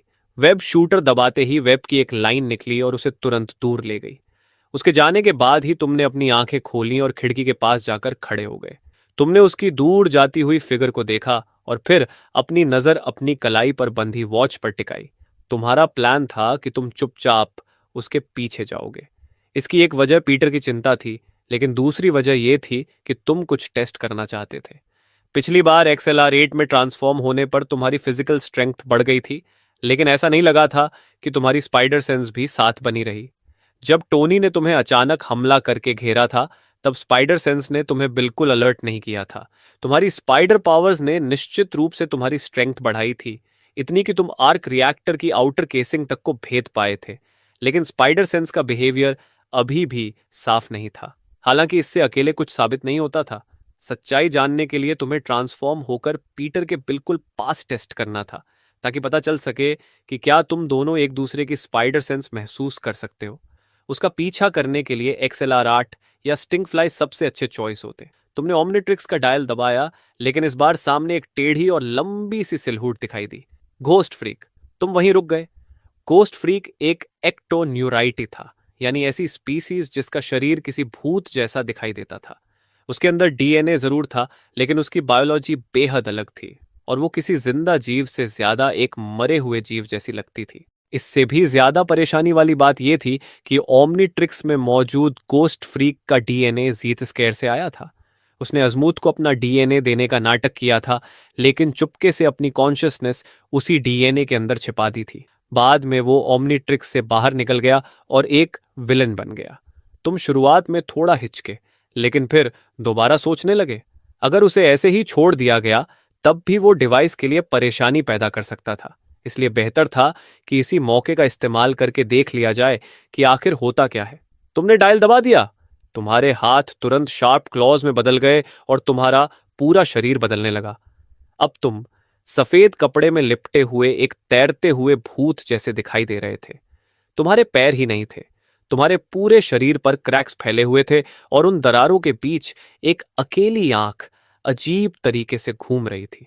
तुम्हारी आवाज भी भारी और डरावनी हो गई थी। ये था गोस्ट फ्रीक। तुमने अपने हाथों की तरफ देखा। अभी तक कंट्रोल पूरी तरह तुम्हारे हाथ में था। फिलहाल तुम्हें अपनी कॉन्शियसनेस के किसी डरावने बदलाव की चिंता करने की जरूरत नहीं थी। इतना ही नहीं, तुम्हें ऐसा महसूस हो रहा था जैसे तुम किसी अनंत एनर्जी सोर्स से जुड़े हुए हो। अंधेरे से लगातार ताकत खींचते रहने की वजह से तुम्हें बिल्कुल भी थकान महसूस नहीं हो रही थी। जितना गहरा अंधेरा होता था, एक्टोन्यूराइट उतना ही ज्यादा पावरफुल होता था। इस समय तुम कई टन्स वजन वाले एक ट्रक को भी आसानी से उठा सकते थे। तुम्हारे अंदर उमड़ रही जबरदस्त ताकत का एहसास इतना ज्यादा था कि तुम्हारा मन करता है अपनी ऊपर वाली स्किन ही फाड़कर गोस्ट फ्रीक का असली रूप बाहर निकाल दो। लेकिन तुम खुद को रोक लेते हो। वैसे भी इस बॉडी पर अभी कोई रोक नहीं है, इसलिए यह पूरी तरह सेफ है या नहीं, इसकी कोई गारंटी नहीं थी। पहले पीटर को ढूंढना जरूरी था। तुम इनविजिबल होकर सीधे दीवार के आर पार निकल जाते हो और हवा में तैरते हुए उसकी दिशा में बढ़ने लगते हो। कुछ ही देर में तुम उसके पास पहुंच जाते हो और सबसे करीब आने पर तुम दोनों के बीच मुश्किल से 3 मीटर का फासला रह जाता है। फिर भी तुम दोनों में से किसी को भी एक दूसरे की मौजूदगी महसूस नहीं होती। इससे साफ हो जाता है कि एलियन में ट्रांसफॉर्म होते ही तुम्हारी स्पाइडर जीन्स दब जाती है। बात कंफर्म होते ही पीटर का पीछा करने में तुम्हारी सारी दिलचस्पी खत्म हो जाती है।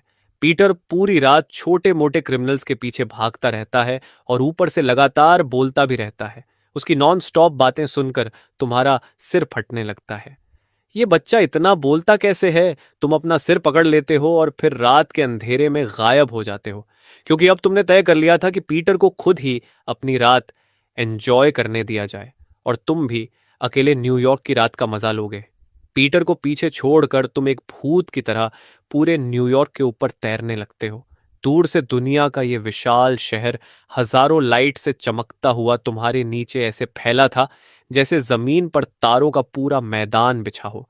लेकिन जब तुम थोड़ा करीब आते हो तो उस चमकती प्रॉस्पेरिटी के नीचे छिपी गंदगी और क्राइम साफ दिखाई देने लगती है। ऊपर बैठे अमीर लोगों के लिए न्यूयॉर्क एक ऐसा एम्पायर था जहां पूरी रात पार्टीज चलती थीं, लेकिन नीचे रहने वाले अनगिनत लोगों के लिए ये नियॉन लाइट्स जैसे किसी दूसरी ही दुनिया की चीज थी। उनके लिए अंधेरे और नमी से भरे कोने ही वो जगहें थीं जिन्हें वो अपना घर कह सकते थे। आसमान को छूती ऊंची बिल्डिंग्स पहाड़ों की तरह खड़ी थीं और नीचे रहने वाले लोगों को ऐसे दबा रही थीं कि उनके लिए सांस लेना भी मुश्किल हो जाए। कभी इन लोगों ने भी अपने ड्रीम्स के लिए लड़ाई की थी, लेकिन आखिरकार इस शहर ने उन्हें पीस कर रख दिया। अंत में प्रॉस्पेरिटी सिर्फ कुछ लोगों के हिस्से में आई और उसका बहुत बड़ा हिस्सा नीचे रहने वाले उन्हीं लोगों के खून पसीने पर खड़ा था, उन्हीं लोगों पर जिनमें अंकल बेन और आंट मे भी शामिल थे। दोनों खुद को काम करते करते थका देते थे, फिर भी गरीब ही रहते थे। स्लम्स में पैदा होने वाले ज्यादातर लोग पूरी जिंदगी उसी कीचड़ में संघर्ष करते हुए गुजार देते थे। लेकिन अब चीजें अलग होने वाली थीं। तुम्हारी आंखों में गोस्ट फ्रीक जैसी हल्की रोशनी चमकती है। मैं ये सब बदल दूंगा। तुम्हारा इरादा पूरे शहर को बदलने का नहीं था, तुम तो सिर्फ अपनी फैमिली की जिंदगी बेहतर बनाना चाहते थे। लेकिन तुम्हें यह भी पता था कि जैसे ही तुम कोई बड़ा कामयाबी हासिल करोगे, कैपिटल ऐसे टूट पड़ेगा जैसे खून की गंध पाकर शार्क्स आ जाती हैं और वो तुम्हारे पास कुछ भी नहीं छोड़ेंगे। डॉक्टर कॉनर्स को ही देख लो। उसने सालों तक क्रॉस स्पीसीज जेनेटिक्स पर रिसर्च की, लेकिन आखिर में उसके काम का फायदा ऑस्कॉर्प ने उठा लिया।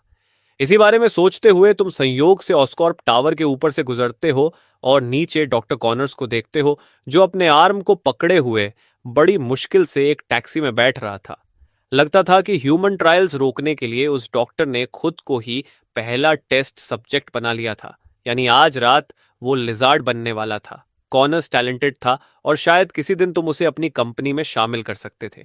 यही बात डॉक्टर ऑटो ऑक्टेवियस पर भी लागू होती थी।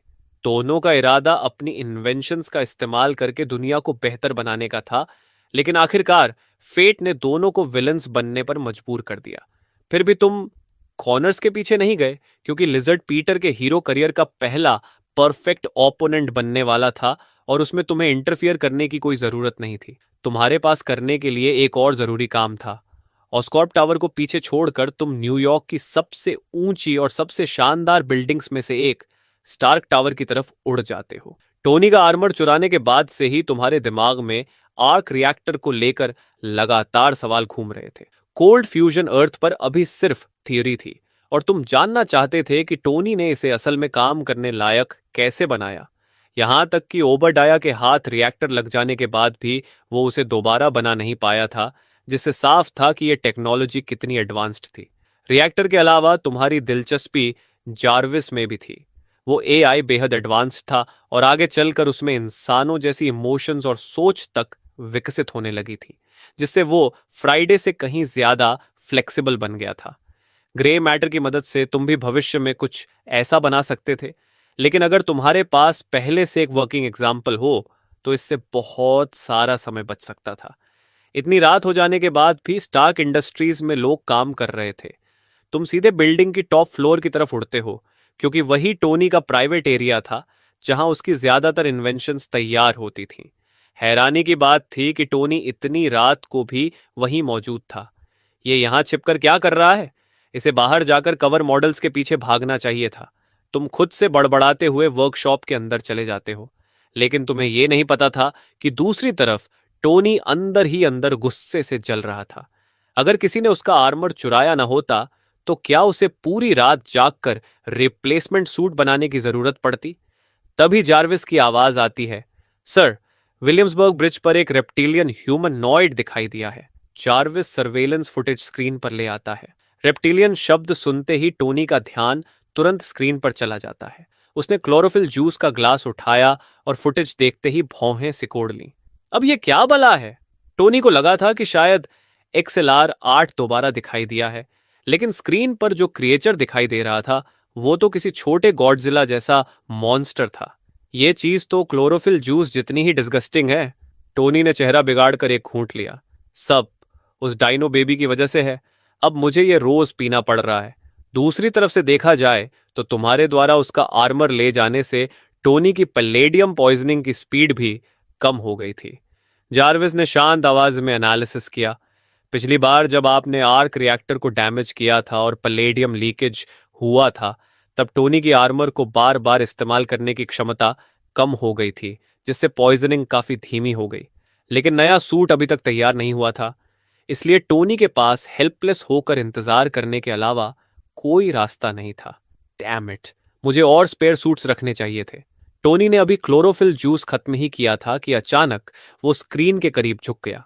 सर्वेलेंस फुटेज में एक रेड और ब्लू फिगर तेजी से गुजरता दिखाई दिया। वो क्या है? टोनी जार्विस से स्लो मोशन रिप्ले मांगने ही वाला था कि अचानक उसका पूरा शरीर ऐसे फ्रीज हो गया जैसे उसे किसी ने जकड़ लिया हो। किसी को पता भी नहीं चला कि एक पारदर्शी दूध या सफेद फिगर बबल की तरह उसके शरीर के अंदर घुस गई। तुम सीधे टोनी के शरीर में प्रवेश कर जाते हो। अगले ही पल टोनी की आंखों के आसपास ब्लैक और रेड मार्किंग्स उभर आती है, और जब उसकी आंखें दोबारा खुलती हैं तो उसके शरीर को कंट्रोल करने वाली कॉन्शियसनेस पूरी तरह तुम्हारी हो चुकी थी। यह एक्टिनराइट की पोजेशन एबिलिटी थी, जो थियोरी के हिसाब से किसी दूसरे इंसान के शरीर पर हमेशा के लिए कब्जा कर सकती थी। लेकिन ओमनीट्रिक्स की लिमिट की वजह से तुम्हारे पास ट्रांसफॉर्मेशन का ज्यादा समय बचा नहीं था। घर से निकलने के बाद 20 मिनट से ज्यादा समय बीत चुका था, और इसी वजह से तुम टोनी के बाहर जाने का इंतजार करने के बजाय सीधे उसके शरीर में घुस गए थे। जैसे ही तुम टोनी के मेंटल स्पेस में प्रवेश करते हो, तुम अचानक रुक जाते हो और पूरी तरह अलर्ट हो जाते हो। टोनी की अपनी कॉन्शियसनेस गोस्ट फ्रीक की पावर की वजह से पहले ही गहरी नींद में जा चुकी थी, लेकिन उसके और अंदर एक अलग और स्वतंत्र लाइट का स्फीयर मौजूद था। वो भी सोया हुआ था, लेकिन तुम्हारी एबिलिटी का उस पर कोई असर नहीं हुआ था। क्या यह विजडम स्टोन हो सकता है? तुमने पहले 7वें इन्फिनिटी स्टोन की अफवाहें सुनी थीं, जिनमें कहा जाता था कि टोनी की असाधारण इंटेलिजेंस उसके दिमाग के अंदर मौजूद एक विजडम स्टोन की वजह से है। यहां तक कि वो एक ट्यूमर के रूप में उसके ब्रेन में मौजूद होने की बात भी कही जाती थी। हालांकि हर यूनिवर्स में टोनी की ऐसी बैक स्टोरी नहीं होती थी, और सबसे ज्यादा संभावना यही थी कि यह स्टोन अभी डोरमेंट था। फिर भी तुम्हारे मन में बेचैनी पैदा हो गई। ओमनीट्रिक्स अजमूत की सबसे बड़ी मास्टरपीस थी। यहां तक कि एल्बेडो और डॉक्टर साइकोबॉस भी इसे पूरी तरह रिप्रोड्यूस नहीं कर पाए थे। तुम्हें बिल्कुल अंदाजा नहीं था कि अगर यह विजडम स्टोन सच में मौजूद है, तो क्या वो उस लेवल की टेक्नोलॉजी को एनालाइज करने की क्षमता रखता है या नहीं। दोस्तों, आपको ये यूनिक स्टोरी कैसी लगी? अगर आपको इसका अगला पार्ट चाहिए तो कमेंट करना बिल्कुल मत भूलना, और कमेंट में ज़रूर बताना कि आपको स्टोरी का सबसे बेस्ट पार्ट कौन सा लगा। अगर नेक्स्ट पार्ट जल्दी चाहिए तो वीडियो को हाइप कर दो, ज़्यादा से ज़्यादा लाइक, कमेंट और शेयर करो, और अपने दोस्तों तक भी ये वीडियो पहुंचाओ। आपका सपोर्ट ही डिसाइड करेगा कि अगला पार्ट कितनी जल्दी आएगा।